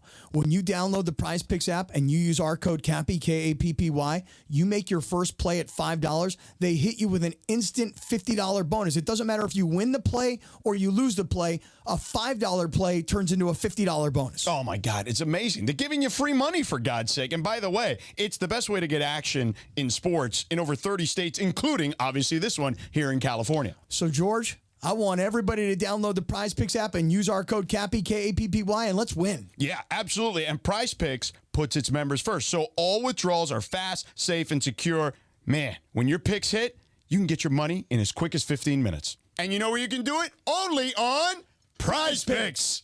Prescriptions require an online consultation with a healthcare provider who will determine if appropriate. Restrictions apply. See website for details and important safety information. Subscription required. Price varies based on product and subscription plan. Hi, I'm Dr. Peter Stahl, board-certified urologist and Senior Vice President of Men's Sexual Health at HIMSS. In my 12 years of practice as a reproductive urologist, I've helped many guys with ED, and it has never been more convenient to treat than it is right now, thanks to HIMSS. It really wasn't easy before. You had to take time out of your day, come to a physical office and see a specialist like me in person. Now, through Hims.com, you can get world-class sexual health care and a full range of treatment options for ED through a 100% online process. It starts with a free assessment from a medical provider licensed in your state who can determine if ED treatment is right for you. If prescribed, your medication is shipped to you for free. So don't wait. Join the hundreds of thousands of guys who've gotten help for their ED through Hims.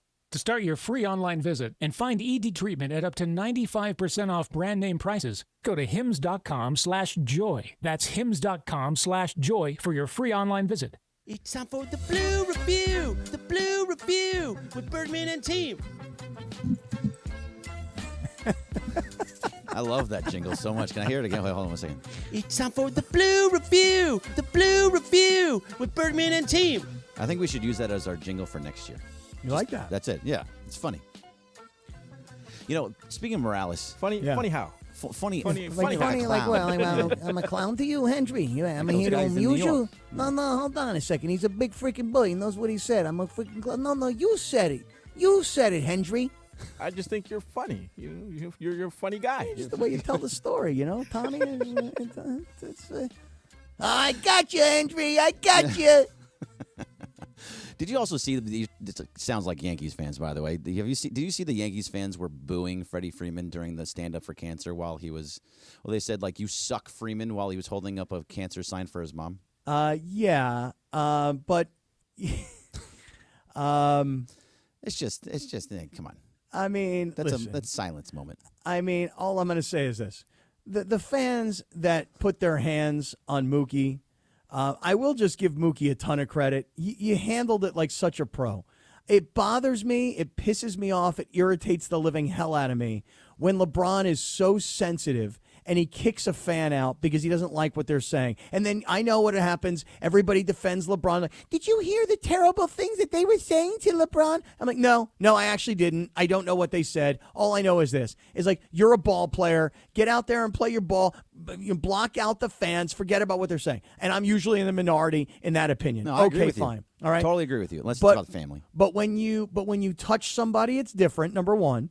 And as for the booing of Freddie Freeman, who's standing there with the cancer thing, you got to understand the Yankee fans, they take pride in that. No different than the Eagles fans, or no different than like Red Sox fans. This is a whole different mindset. And why is it acceptable?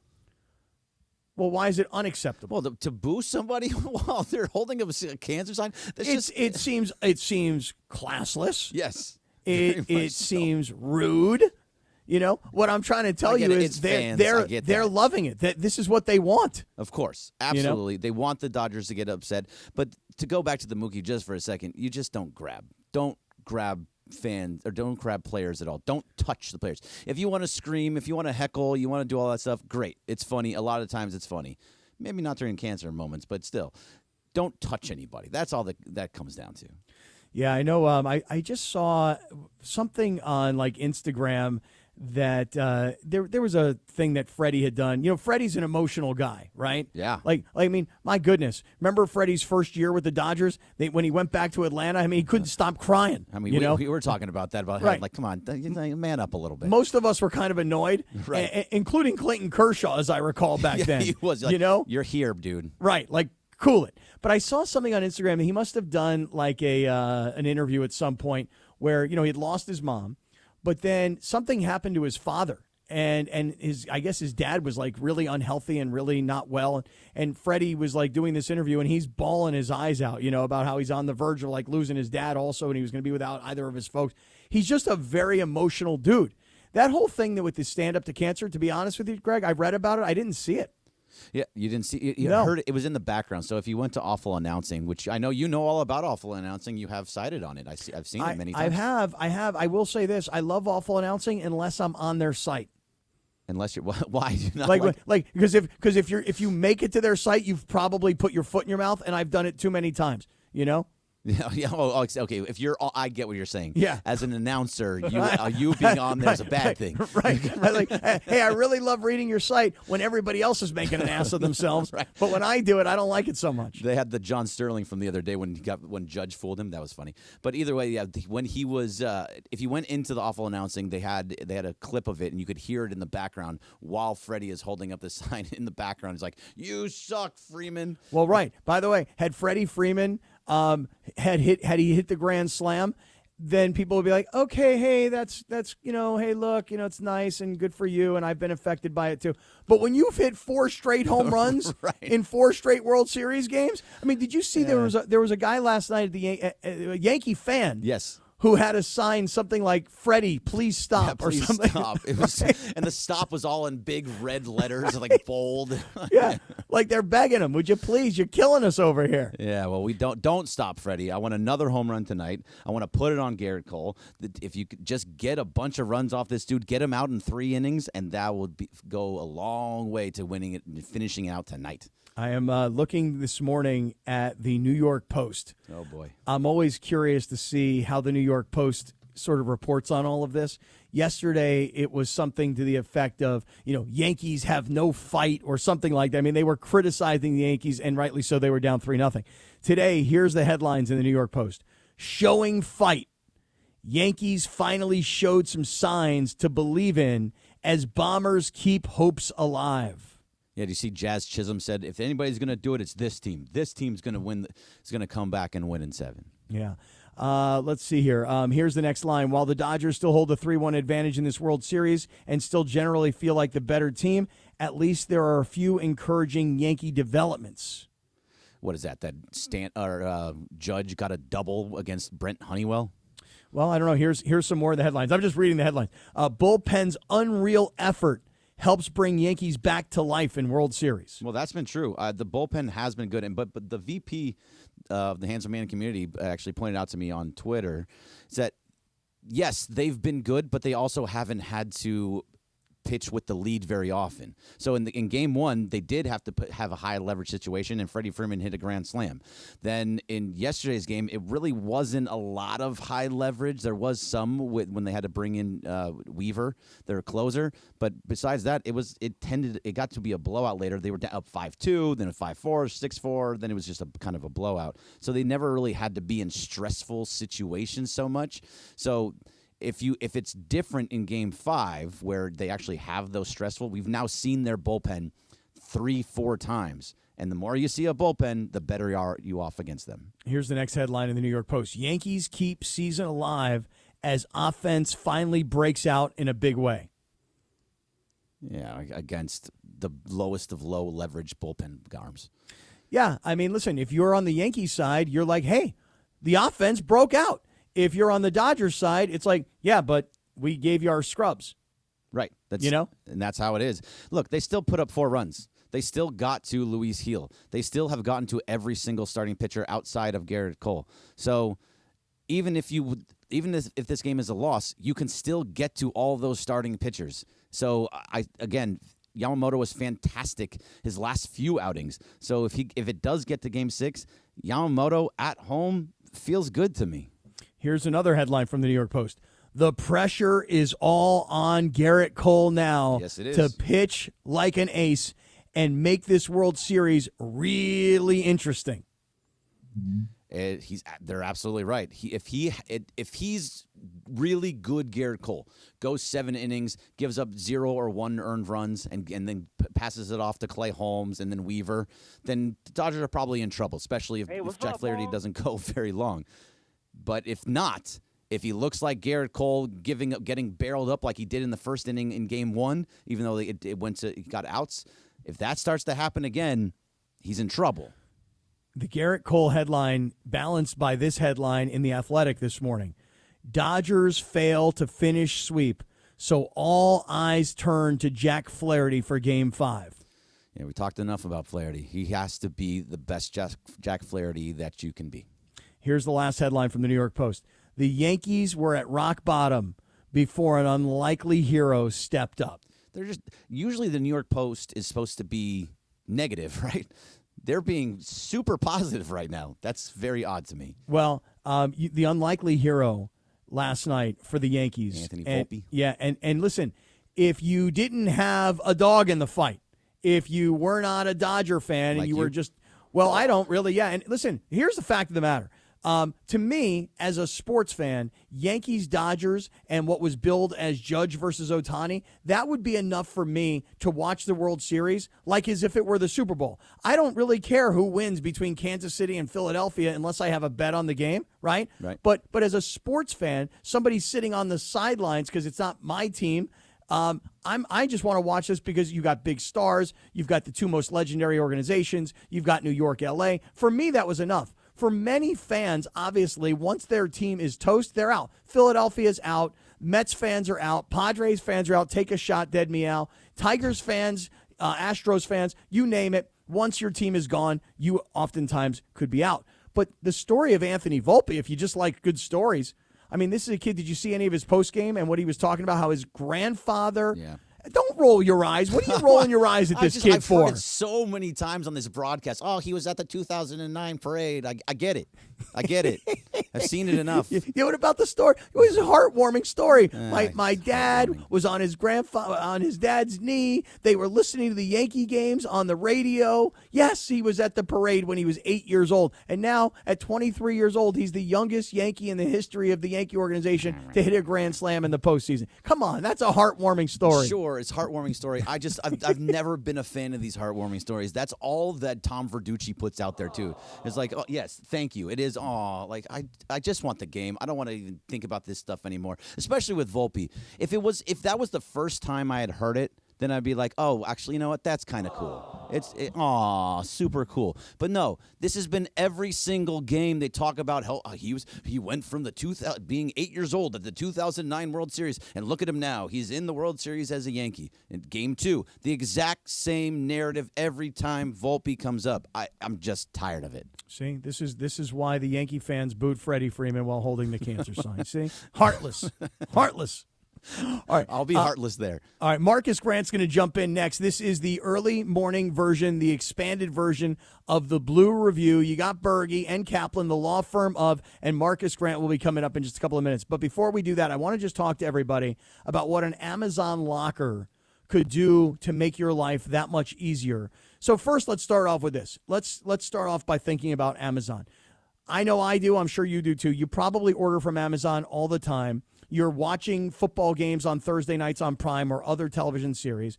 Amazon is likely as much a daily part of your life as it is my life. But now let's talk about what is an Amazon locker. An Amazon locker allows you to send your orders to a secure pickup location that you can choose. So rather than everything being delivered to your house or your apartment, it goes directly to a secure pickup location. And then you can pick up your packages on your own time. So, let me just give you this part, and this is probably the best part. When the package arrives, you're going to get a confirmation email, and then you're going to get instructions on how to pick up the package. It's a secure, convenient delivery solution to your Amazon packages, and by the way, no additional cost whatsoever. So head to Amazon.com/pickupmvp, Amazon.com/pickupmvp to learn more about what an Amazon locker can do for you. Marcus Grant coming up next. Don't miss Travis Hey, and football DeMarco. fans, there is nothing sweeter than a cold glass of Stella Rosa and watching your team compete. But Stella Rosa wants to make it even sweeter and hook you up with the chance to win an experience to the biggest game of the college football season. You could win 2 tickets to the game, airfare, and a hotel for you and a friend. Head over to ESPNLADreamTicket.com to enter the Dream Ticket Sweepstakes presented by Stella Rosa, America's favorite semi-sweet, semi-sparkling wine. Please celebrate responsibly. Must be 21 or older to enter.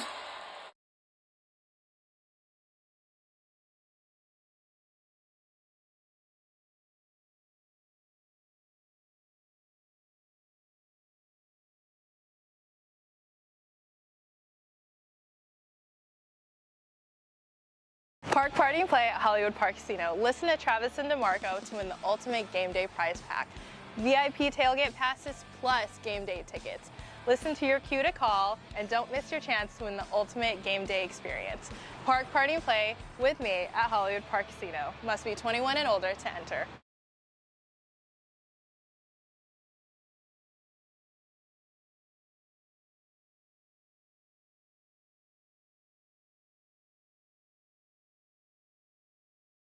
Scoring the ultimate experience at the biggest college football game of the season with an ice cold Stella Rosa in hand. That's right, Stella Rosa is giving you the chance to win 2 tickets, airfare, and a hotel for you and a friend. So what are you waiting for? Head to ESPNLADreamTicket.com to enter today, courtesy of Stella Rosa, America's favorite semi-sweet, semi-sparkling wine. Celebrate responsibly, must be 21 or older to enter.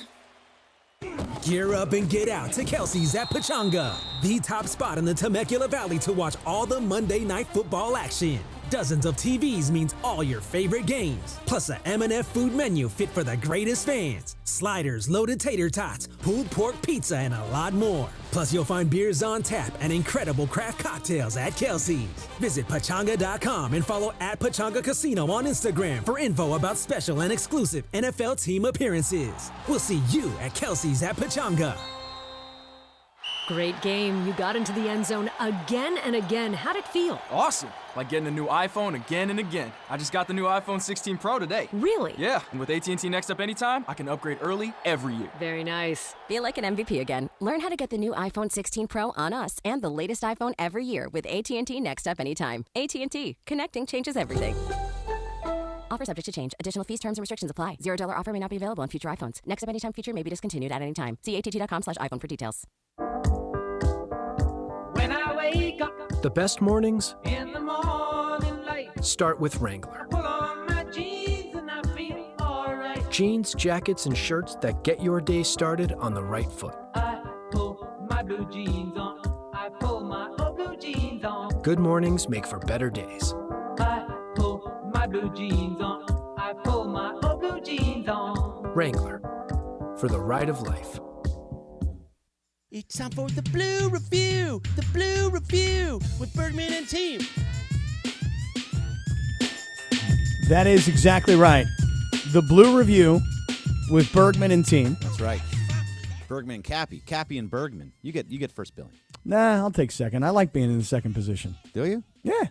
It's fun. You just get to react. Yeah, I know. And speaking of reaction, here comes Marcus Grant, who is the daily other half of the Blue Review. Blue Review. So, Marcus, what's up, Marcus? Yeah, how you doing, man? Feeling all right, last night disappointed, but still feeling good. How disappointed? I mean, look, you see what Dave is doing, right? I mean, you can tell that he's not that he's like sacrificing the game per se, at least not from in my opinion, but he's gotta manage a 7-game series, not a 4 or 5 game series. So how disappointing? Look, this was always the risk of a bullpen game, right? Like there was always the chance that that was when the Yankees, especially a team that was desperate at that point, down 0-3, not wanting to get swept, not wanting it to happen on their home field. This is always a risk. But to your point, Dave Roberts has a plan, and I think one of the things that he has done well is that he has stuck to the plan regardless of how things are going to go, right? I mean, the idea was they were never going to use any of their top arms last night. They were going to try and get through that thing with some combination of Kasparius and Hudson and Knack and Honeywell. Obviously it didn't work, but it puts them in a situation where they feel good about who they have available today. So it's disappointing in the sense, it would have been fun to sweep. It would have been fun to put this thing to bed and have us, celebrating today. But, look, you had a 3-0 lead. You still have 3 more chances to win one, and I still feel like the Dodgers have the advantage here. So, I mean, I agree with all of that, but we've lauded Dave Roberts all postseason for managing with his gut and doing what is right and not just sticking to the plan. When he sees a guy doesn't have it, he has pulled them. He didn't do that with Daniel Hudson. He could have still pulled Daniel Hudson, gone to Landon Knack, used somebody that was on a lower end side of it. Maybe, Landon Knack. You could have gone with Bruzdar for just the one batter and then just not had him at the end. You could have done a lot of different things, or even a Vezia or a Bonda. Probably Bonda makes more sense there, but either way, he didn't do that. He stayed with it, and it almost felt like, okay, we're going to let Hudson get out of this with 2 outs and just 1 pitch away from getting out of this, or it goes away and we kind of punt on this game. Is that the same way it felt for you? A little bit. I mean, look, I still think he was going with it. He had a plan, but he also in his guts, I believe that Hudson can get out of this. Unfortunately, he didn't. He gave up the grand slam to Volpe, gets out of it 1 batter later. Even through that, right, the Dodgers still had a chance, right? They got to within 1 run at 5-4. Even at 6-4, you felt like they had an opportunity. So even with Hudson not being able to get it done, they still had chances to tie or even take the lead in that ball game. The offense just didn't come through in the late inning. It felt like there were some really kind of bad at-bats later on in the ball game. And then obviously in the 8th, Honeywell blows up, and that was sort of a wrap for it. But, I think Dave still looked at that game and said, okay, look, even with the grand slam, we are still going to battle. It was going to take – he felt like it was going to take more than 5 runs to win that game for the Yankees. So, I credit him for not panicking, right? Because the easy move would have been to say, okay, we're close. Let's just go out and get these, get some of our top arms. Let's see if we can keep it here and try to win this game. I think worst case scenario is you do that. You still lose, and now you're compromised for today. Marcus Grant, the other half of the Blue Review on the expanded version this morning.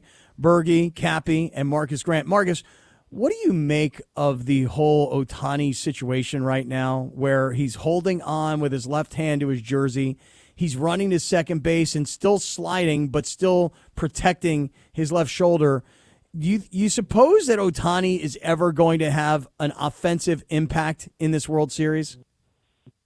I think he can. And I think what I saw from him that I liked yesterday, I think it was a second at bat. He flied out, but he flied out to left center. And to me, that was indicative of him maybe starting to change his approach a little bit, because so far he's trying to pull everything, right? And I don't know if his eyes are gleaming at that short porch in right field or what it is, but it just looks like he's trying to pull the ball instead of just going with the pitch where it is, because he's got enough power to go deep to the opposite field. And so he flied out to left center in I think it's second at bat, and then he gets the base hit up the middle. And those were 2 really encouraging at bats. And yeah, it's not the monster shots that I think a lot of people are hoping for, but I think just for him to continue to get on base, to continue to stress the Yankee pitchers, right? I think that's still key for him. I think they're still pitching him very, very carefully, and that is opening things up for Mookie Betts and Freddie Freeman behind him. So while he hasn't had the monster World Series that I had hoped, that a lot of people hoped he would have, I still think he can be impactful.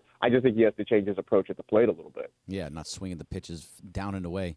Just very frustrating to see that. But so let's go to the pitching matchup a little bit tonight. So it's Jack Flaherty, who we saw in Game 5 in New York, and he got blown up. He was sick.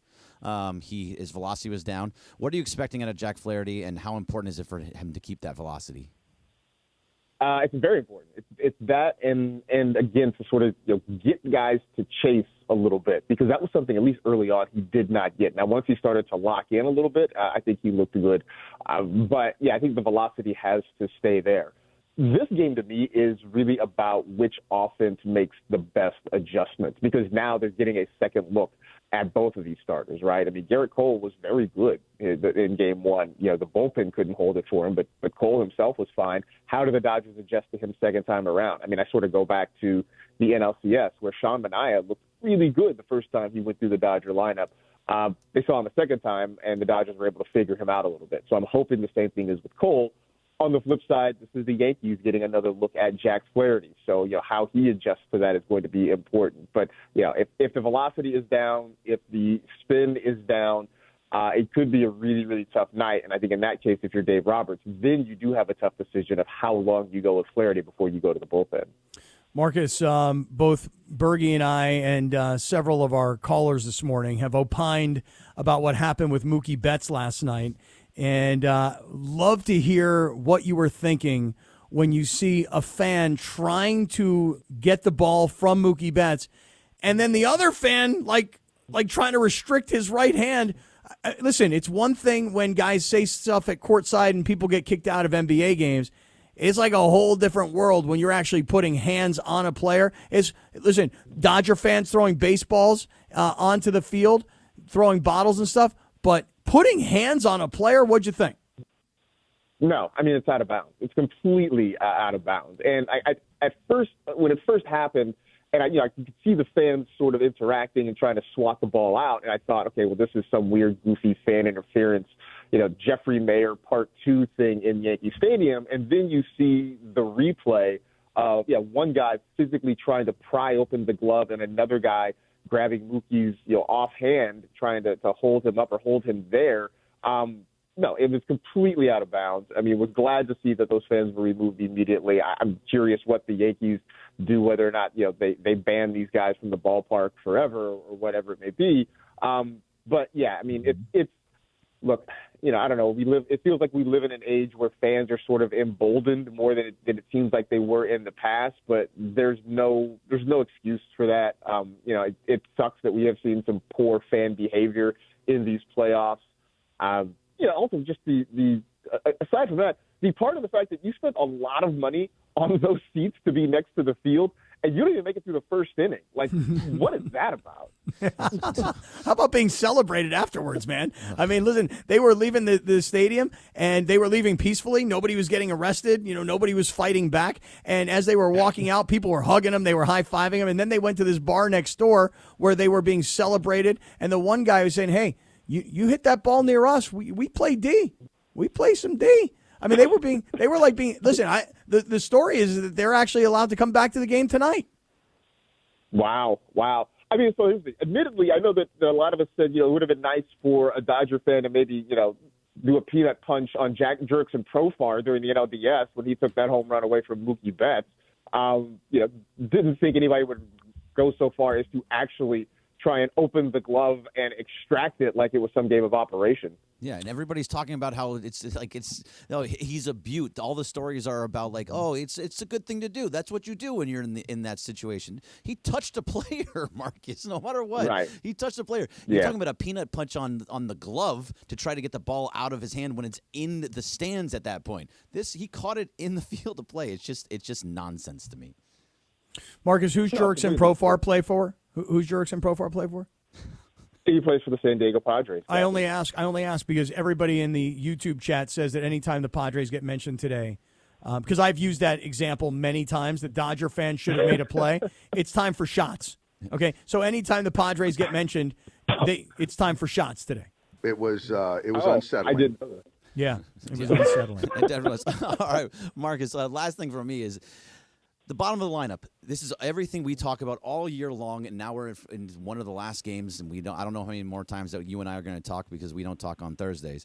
But the bottom of the lineup is for the Yankees is now coming through. They came through last night. It wasn't the top of the lineup. How do you feel good or bad about the fact that it was the bottom of the lineup, not the top of the lineup for the Yankees last night?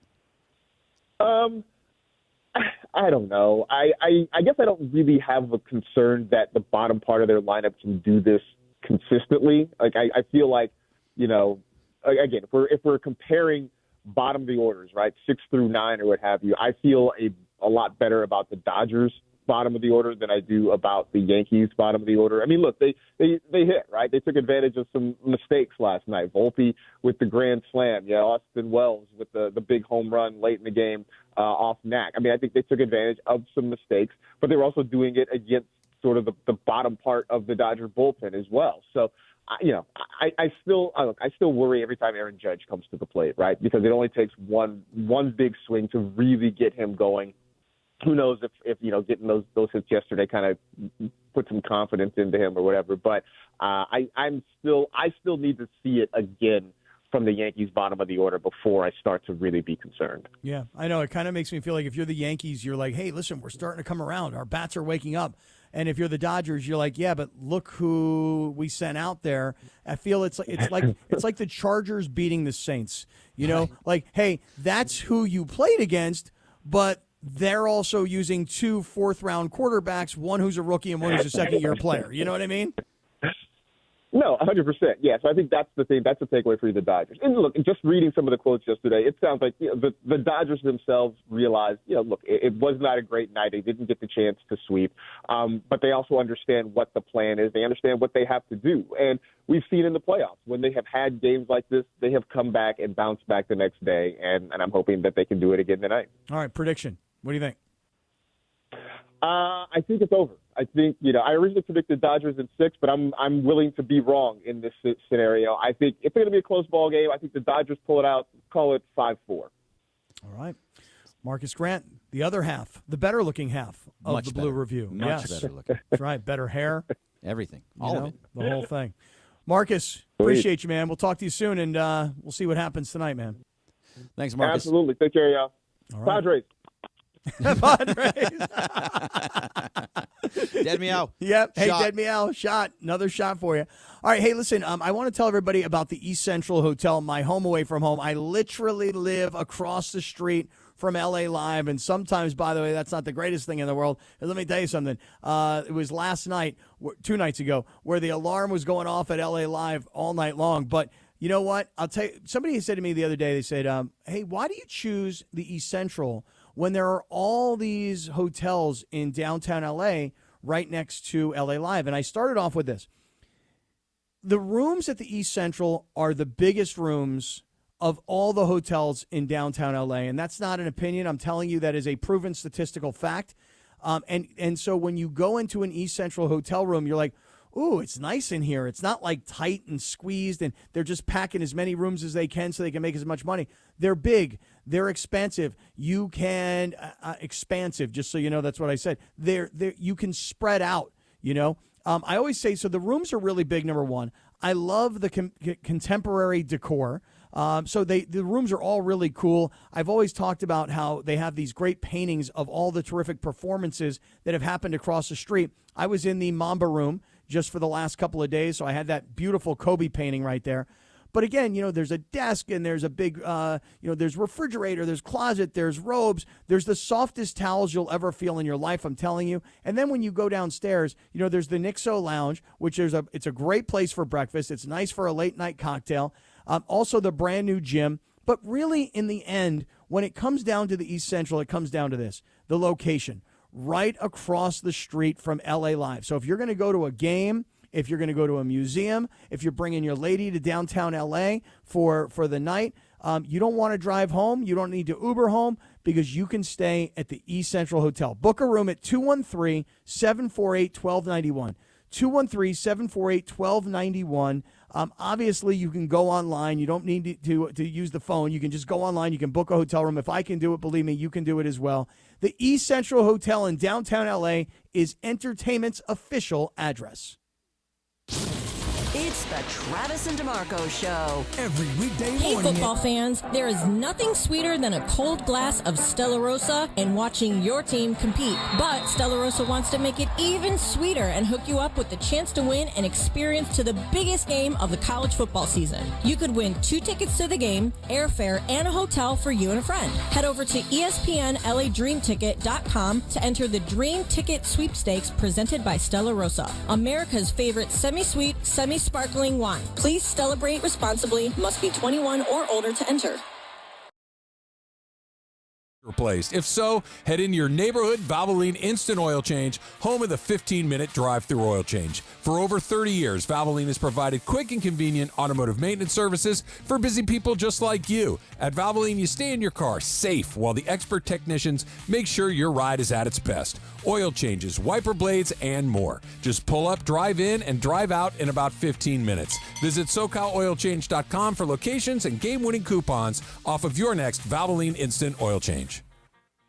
Hey guys, it's Cappy. You've heard me talk about my personal situation with my divorce and subsequent custody battle in the past, and I know that you need a team behind you to get the justice you deserve. My friend Mark Reel and his team at Real Fathers Rights are here to help you guys. Visit realfathersrights.com/710. That's REEL. realfathersrights.com/710 or call 323-870-1611. That's 323-870-1611. Real Fathers Rights, the Fathers Rights Attorneys.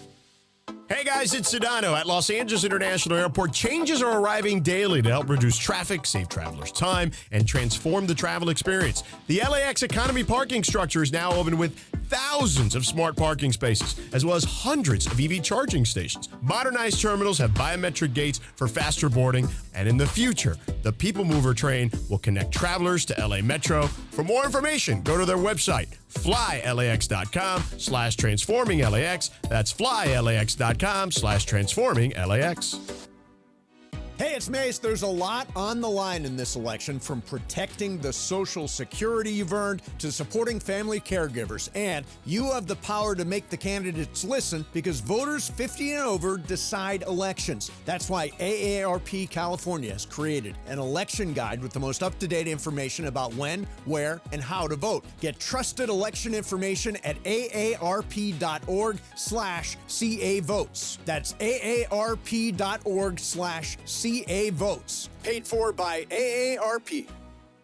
Hey, it's Travis with Prize Picks. Did you know that you can win up to 100 times your money with Prize Picks with as little as 4 correct picks? That's right. Pick more, pick less. It's that easy. And Prize Picks is the best place to get real money sports action. So why not join 10 million users and sign up today?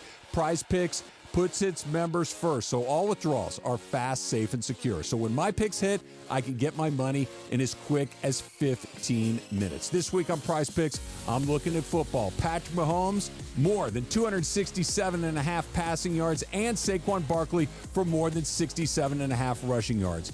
Download the Prize Picks app today and use the code 710 to get $50 instantly after you play your first $5 lineup. That's right. Sign up today and get $50 instantly when you play $5. You don't even need to win to receive the $50.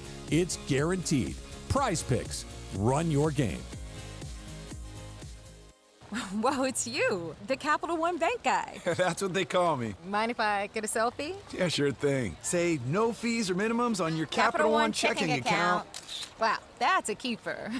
So, where are you heading? I'm off to spread the good news that Capital One helps people keep more money in their wallet with no overdraft fees. Oh, you're the best Capital One Bank guy. Hey, mind if I get a selfie? Sure. Say, Capital One, what's in your wallet? Terms apply. See CapitalOne.com/bank for details. Capital One NA, member FDIC. Life insurance. Why are you putting it off? Can't afford it? Too much hassle? Think you don't need it? There's lots of excuses for putting off life insurance. But if you weren't there, who would pay the mortgage and other bills? With Ethos, you could be covered in 10 minutes and boom, family protected. Ethos, fast and easy online term life insurance. Up to $2 million in coverage with no medical exam. Some policies as low as $1 a day. Answer a few health questions and get your free quote at getethos.com. That's getethos.com. It's time for the Blue Review. The Blue Review with Bergman and team. It sure is. It's time for the final segment of the Blue Review with Bergman and team. And then here comes Travis, and I can't wait to hear his analysis.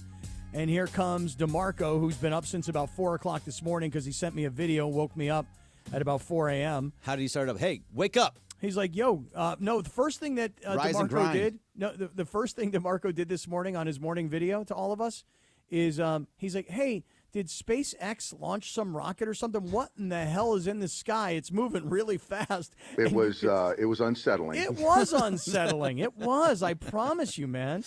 It was. It was unsettling. So that's still going strong, huh? That's actually pretty. That's good for you guys. You're staying strong. That's at least 2 months now. DeMarco sends a text every morning. I'm telling you, it's pre-5 a.m. of him out for his morning walk when it's still pitch black outside. And then what happens is, as the day goes on, Ramona and DeAndre and Parker and Travis and myself and Mace, we all put in our videos of our workouts. And so we're letting everybody know that we are all staying active and we're exercising and we're doing our part so that we're keeping each other accountable. You know, Bergie, it's interesting. I'm reading through a bunch of our YouTube comments this morning. Did you say Padres? I didn't, but you just did, so everybody can take a shot. That was put out there earlier today by Mr. Happy himself, Dead Meow. Happiest guy in the world. Alpha says, relax, Yankee fans. You're still down 3-1 against the Dodgers' worst pitchers. You're acting like you've done something. That was the comparison I was trying to make to Marcus. Yep. You know, if you are the Chargers, putting this into football, and you beat up on the lowly New Orleans Saints, and the Saints don't have Derek Carr. They've got a kid who's a rookie who's a fourth-round draft choice at quarterback, and then what do? They replace him with a backup quarterback who was a fourth-round draft choice in last year's draft.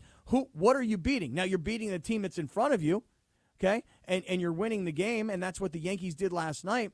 But while the Yankees are celebrating that their bats came to life, I think the Dodgers are looking at it like, but yeah, while you were beating up on the lower end of our bullpen, while we're protecting every arm and we're ready to go tonight. Yeah, well, think about it this, too. If you told me before, and those lower end of the bullpen guys you're talking about, Ben Kasparius and Landon Knack went 6 innings and gave up 2 runs and 3 hits. That's those 2 guys who are very, very low leverage, and they're there for bulk. They gave up basically nothing. Now, Hudson gave up a ton.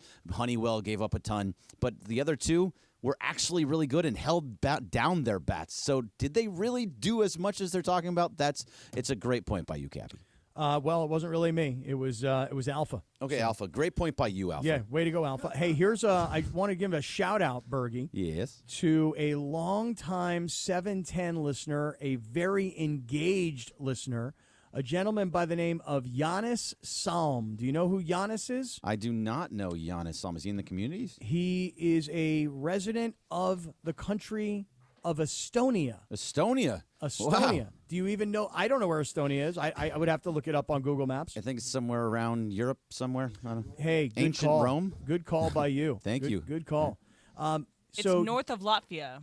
Hey, where is Latvia? Thanks, Em. Latvia is also north of Lithuania. No, but it borders Russia. Okay. It also has a water to divide Estonia and Finland, so it's in that kind of corner of the world. Well, I just want to say that Giannis is a former LA resident.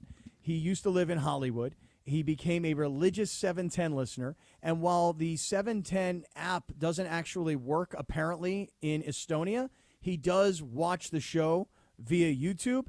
And he sent us a note telling us how much he was happy we were on the air early this morning. And he was sending Bergie what he called California love. California love. There you go. All right, hey, before Travis and DeMarco come pulling in, I want to just remind everybody that if you want to sell your home, you got to call Seller's Advantage.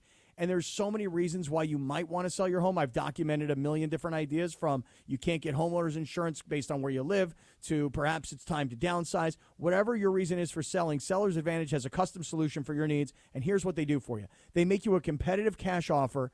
And if you love the offer, you're going to take the money and run. You don't have to make repairs. You don't have to worry about complicated closing processes. In fact, you can close in just days. You don't have to worry about a contract possibly falling through. They're going to make it smooth, quick, easy, and they're going to make you that competitive cash offer that you have nothing to lose. You might as well try. So call today for a no-obligation offer at 888-390-AS-IS, 888-390-AS-IS, 888-390-2747. If you're ready to sell, sellersadvantage.com is the place to go because they're ready to buy. DRE number 01961658. Are we ready for Super Crosstalk, or will we come back with Super Crosstalk? Jorge, I will take your lead. Just go to break. Accident or injury. Park, party, and play at Hollywood Park Casino. Listen to Travis and DeMarco to win the ultimate game day prize pack. VIP tailgate passes plus game day tickets. Listen to your cue to call and don't miss your chance to win the ultimate game day experience. Park, party, and play with me at Hollywood Park Casino. Must be 21 and older to enter.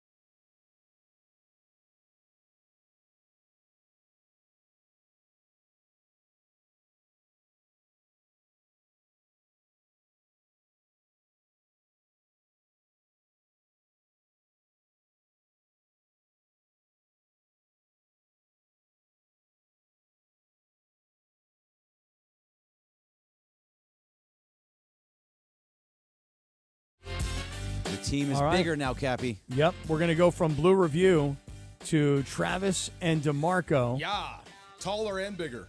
And better looking. Both yes, of you. yeah, no doubt.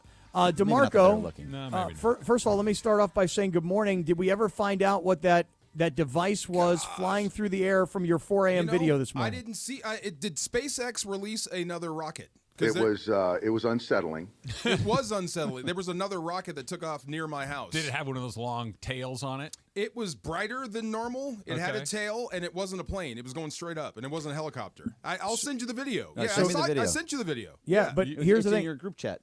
I looked this morning. I was looking to see if SpaceX did launch a rocket. I couldn't find anything, but I did see on the news early this morning that China launched a rocket. By the way, they launched a rocket. He's got to get one in every show. That's pretty good. Yeah. Yes, Yeah. it's very good. I don't know what that was, but I'll find out. It was kind of scary. Trav, I can't wait to hear what you thought about what happened last night. I mean, was this a Dave Roberts setup? Is this a protecting the bullpen? Is this a we can drop one? And we're close. We're still in it. I'm just so curious to hear what you think. Yeah, well, I got to be honest, Cappy. I had not had a chance to view the early morning walk video until just now. This is upsetting. It's unsettling. Yeah, this is. Go back to the beginning of that, Greg. It's unsettling. Yeah, I'll tell you. DeMarco, what time of the day was that? Look, the alien invasion is coming. 5 a.m., yeah. Where the end of the world is nigh, as they like to say. It's Knights of Newts. It might not matter that Ben Kasparius was your opening day starter if the invasion has started already, right? That's just a bright light. That doesn't have a tail. That doesn't have anything. That's just a bright light. SpaceX rocket launch sends Oh, 20 there's the tail. Starlink satellites into low Earth orbit. I think that's what it That's was. I see the tail now. That's what they want you to think. That's how they get you, by telling you it's a SpaceX. To answer your question, Cap, I didn't love the way the game went last night, but I'm also haven't lost any of my faith that they're going to close the show ultimately. Whether that's tonight or on Friday, I don't know. I'm optimistic about tonight, but there was some weird stuff going on last night. I didn't like the way that they managed some of the pitching. I didn't like that Shohei can't run without holding his shoulder. That was really upsetting. But I think generally speaking, they're in a pretty good spot. They didn't use any of their guys with the exception of Hudson last night. I do think that for the first time in the series last night, you missed Evan Phillips. Oh yeah, because Evan Phillips, they go get Hudson in that situation. That Hudson, once he loaded the bases there, I don't think he gets a chance to face Volpe. I think because they still had the lead at this point. That at the end of the day, that's the part of last night's game that I liked the least. The Dodgers had the lead. The Dodgers were still in the game frequently, and they just kept kicking the can down the road. I didn't like that at all. So Dave Roberts, after the game, we have the sound, but you guys can play it on your show. He did say that he's like, I was not going to go get him in the third inning. I was not going to go use anybody else in the third inning. It was his inning. Yep. So at that point, even if you had Evan Phillips, I don't think he goes because Evan Phillips is a high leverage arm. Is that not a high leverage position? You got a 1-run lead with the bases loaded and 2 outs. Is that not high leverage? Totally agree with you. However, in their mind, it seems that they had the plan was they were going to stick to it. 2 innings Kasparius, 1 inning Hudson, 2 innings Knack, and get through 5 innings and then start going to your high leverage. Daniel Hudson is not high leverage. I hear what you're saying, but what you're describing is exactly why I think they were unsuccessful in previous seasons. And this this is exactly why I liked what was happening so far, but I had a question about it. So far, up until last night, I would argue, everything that they had pre-planned worked. My question had always been, what happens when it doesn't?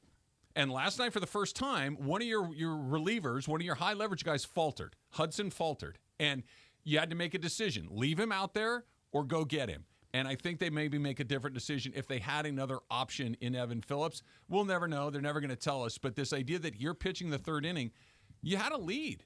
The game, the game isn't always on the line in the 8th or 9th inning. Sometimes the moment is early in the game, and I think the moment last night was that moment. Hudson clearly was not sharp. Clearly, nope. And walked a guy, hit a guy. It's going to happen. That's fine. He had a bad night. I'm not begrudging him having an off night. That's fine. But I don't think you let a guy that's clearly off the way he was pitch with the bases loaded and you're holding on to a narrow lead. So, Cappy, we talked about this earlier, that everything that Dave Roberts has done in this series, in this entire postseason, has been a guy that he went with his gut. When he had to take a guy out, he went in and he got him. He's been doing it all for the most part. I push back on that. When have they been in that moment where they've made a change? Like, so There's far, been multiple all of times. their guys have stood up when it's time to stand up. They There's been haven't multiple missed. times when they had to go where Kopech. There was, I think it was game 1. It was Kopech was supposed to go through the full inning. They went and they got him, and they brought in Trinan because they had to get through the inning. When the guys haven't had it, he's gone and got him. They did not yesterday because they punted. They punted. Right, They punted. because they're managing a 7-game series with a 3-0 lead. And last night, even if they had to drop to 3-1, they know that they are putting the pressure on the Yankees bullpen while saving their own bullpen. DeMarco, I got to ask you what you thought, though, last night. Of Mookie Betts. To me, it's the most interesting side story to the game. You're talking about the fan? Yeah. Oh, Travis, what did I tell you? If you think the Jokic brothers are bad, you should see my brothers. I am the baby brother. If somebody touched me while I'm playing a sport, you wouldn't have made it out of the stadium. Oh, no way. And I was mad. Why didn't Fox show the guys getting thrown out? I wanted to see that. Social media did, but they did not. Why didn't they show that? I wanted to see that. Right, like to me, that was a part of the game. It was a part of the storyline of the game. Yes. Like, what happened with those guys? It was just kind of left open-ended, but I thought that was stupid. DeMarco, Who does that? DeMarco, as of right now, they're allowed back in tonight. No, you can't let those guys back in. They are allowed, as of now, they are allowed back in tonight. Oh, nice message to the players, right? We'll protect you. Yeah, didn't Monica Seles get stabbed? Yeah. Gunther Parch did it. Yeah. Who's Gunther Parch? The guy that stabbed Monica Seles. Yeah, that guy, yeah. Trav, what the hell, Trav? How did you know that? was a pull that I don't think anybody Trav, in any room in here would have Travis, gotten. you gave me Jeff Galooly. I mean, we get it. Come on, bro. Look, okay, do you really want to know why I know the answer to that? Because I Did he come on Rome? an explanation. Well, you're not super far off. He did not come on the Jim Rome show, but Jim and I always had this, I don't know if it's gag or whatever, but every time that man's name was said, they would also put his occupation in there, which was unemployed lathe operator. It's like lathe? Lathe, yeah, the thing that spins, right? Lathe. The lathe. To lathe. So you would lathe things. Like you make a baseball bat on a lathe. You make table legs on a lathe, right? Just make the face when you say it again, blade. Yeah. So every time, and we were on the air when Monica Seles, was assaulted. And we always got kind of like this. Why are they always saying Gunther Parch, unemployed lathe operator? It's like it was part of his name. Yeah, it was his last name was Parch Lathe Operator. Yeah, it was so bizarre. So that's one of those things for the rest of my life. I know Gunther Parch's name. I don't think I've ever heard that name before in my life. You've got to protect the players. You do. You have to make an example out of those dudes and the guy sitting next to him that was cheering it on. Well, that whole section needs to go. Is that when the Dodger fans? The whole section. Section need to go. Yes. They were high-fiving and hugging. Here. There's people that ran up to him and gave him a hug. The whole section got kicked out. Yeah, but why not just play in an empty ballpark? Why not? Yeah. I mean, you have lost the right to have fans. Yes. When the Dodgers fans threw a baseball at Jerks and Profar, and then fans started to throw bottles on the field, America was pissed at the Dodger fans. I mean, people wrote about it. People talked about it. People were like, look at the Dodger fans. Look at what a bunch of animals these guys are. And look at their reputation precedes them, et cetera. You know, it seemed like last night, the way that those two guys were covered, it was like funny to people. They call him. They call him the a fans. Butte. In the reporting, they call him a Butte. Yeah. See, they were cheering. They were having a good. Jesse Rogers. Even the announcers said, "I give him an A for effort." That's a quote that one of the guys said, No. the reporter called them that. He was a Butte. He actually said he said he quoted him. Like, he went and found him in a bar. They found him, Capo Bianco. And they said to him, what's the deal? And he goes, hey, if a ball's hit over in our section, we play defense. See? Here's the tweet. This is what Jesse Rogers put out last night, pushing people towards this story. It says, meet Austin Capo Bianco, the fan that interfered with Mookie. I was talking to him at a local bar when a bunch of other fans asked him to take a pic with him for his autograph. He was a Butte. Story up soon on ESPN. Okay, that is a classic example of where context gets lost. It could be, that guy's a real beaut. It could be that. Now, it might not be. I don't know. But to try to assign, I don't feel the way about I love this Jesse the way Rogers. that He's you a good guys writer. do. Those guys got kicked out. It would take you a quarter of a second to find out they got kicked out. It was everywhere right after they got kicked out. And the Fox not covering it, I think, is similar to the way that they don't cover when somebody runs onto the field. Like, they don't give those guys any love after the moment. They showed the replay. They clearly interfered. This is what it is. I do think that your point, DeMarco, about I think it was John Smoltz, but I don't remember. It might have been Joe Davis. I really don't remember who said Somebody it. said But- A for but effort. That was like one of that's those. No, reprehensible. man, don't. That was a miss. What if you hurt Mookie? But the rest of it. That's whatever. the biggest thing, DeMarco. If you hurt Mookie, it doesn't matter who it is. And Cappy made this point earlier. It doesn't matter that it's a $300 million player. That it's Mookie Betts. If it was Kike Hernandez you or hurt Tommy the Edman, or player, whoever happens to be, period. you Yeah. touch a player and he gets hurt, and that ruins the rest of his World Series. That's a disaster. Does that make me a wimp if I sue you? He's not going to do charges. anything. No, because Mookie afterwards was like, hey, totally irrelevant, doesn't matter, we lost the game. Yeah. But it's amazing to me that basketball players hear something that's mean-spirited and have people kicked out, whereas Mookie, like, literally got touched. They were grabbing the ball tore his from him. glove off his hand, right, practically. and they tried to restrict his right hand. Like, Holding his wrist. Well, And I to can me- understand baseball, basketball. You know why? Those fans are right there. I mean, there's not a wall. baseball. But There's there's not a wall there between the fans and the players. They are right there. So I can understand how get that guy out of here. He's too close. And he's making noise. Like, security can't get to him before he gets to me. Yeah, but like Mookie didn't say, like, he wasn't like yelling, screaming, pointing these guys, get him out of here. Could It he be wasn't like that. downplaying it, Cap? Like, literally, like I got to go back out there tonight, and the last thing I need is that place coming off its hinges, and I'm not going to throw gasoline on this thing. I'm just going to go in there and, hey, we lost. It had nothing. They got the call right. We move forward. I wonder if that's not a long-term play as well. Look at Jurickson Profar. We were talking about him, Padres. About a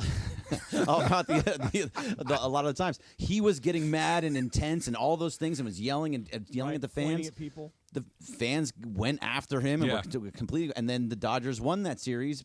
Mookie downplayed it. I think that was a strategic downplay more than anything else. Just one of these. Just move past it. I'm not I talking am about not throwing gas on this. They got the call right. I'm fine. Let's play. We lost. Hey Next Trav, game. Before we go and we hand things off, so just give me, I know you'll get deeper into this, but prediction for tonight. You want heart or head? Heart or head? No. I know that Gerrit Cole's numbers in these situations aren't great, but I'll boil it down to its most basic essence. If you were putting together a team tonight and you had the first pick on the starting pitcher, you want Flaherty or you want Cole? Cole. Me too. Yep. Me too. All right, there you go. Yeah. Now that the Dodgers, even last night, they got their butts kicked, right? They still scored runs. Even in the games they've been losing, they're still scoring runs. So I'm very optimistic. I don't think this is a 5-alarm fire, but tomorrow morning, maybe a difference. I just saw the play one more time. I didn't even talk about it, but I just saw the play that happened when Gavin Lux threw the ball home. Yeah, and bad throw. Terrible it was a throw. horrendous Wrong side, right? throw. Yeah. Wrong side. Totally the wrong side of the plate. And I'm not saying that changes the game, but at that point it becomes a 3-run lead, and then the next batter hits the 3-run home run. So, and that's when the game gets blown up. I mean, like, I was giving Gavin Lux all this love yesterday for his base running, for his getting dirty, for the season that he's had. But, dude, that was a horrendous throw yesterday. Yeah. The Dodgers played their first sloppy game in a while. And they were sloppy. Edman made an error. That throw you're talking about, Cappy, they didn't play cleanly. And it was the first time in a while. If he throws that glove, it's real close. It's an out. It's very close. Real close. And also, Edman at short has not been fantastic in this year. He's stopped a couple of balls that went up the middle. He's made a couple of really good plays and a he's made couple of really clunkers. bad plays. Yeah. And that was a bad one today. Yeah, it was a yesterday. clunker. Yep. Well, Bergie, Blue Review. Will we do it again on Friday? We'll know. We'll all know when tonight's result is final. Here comes DeMarco. Here comes Travis.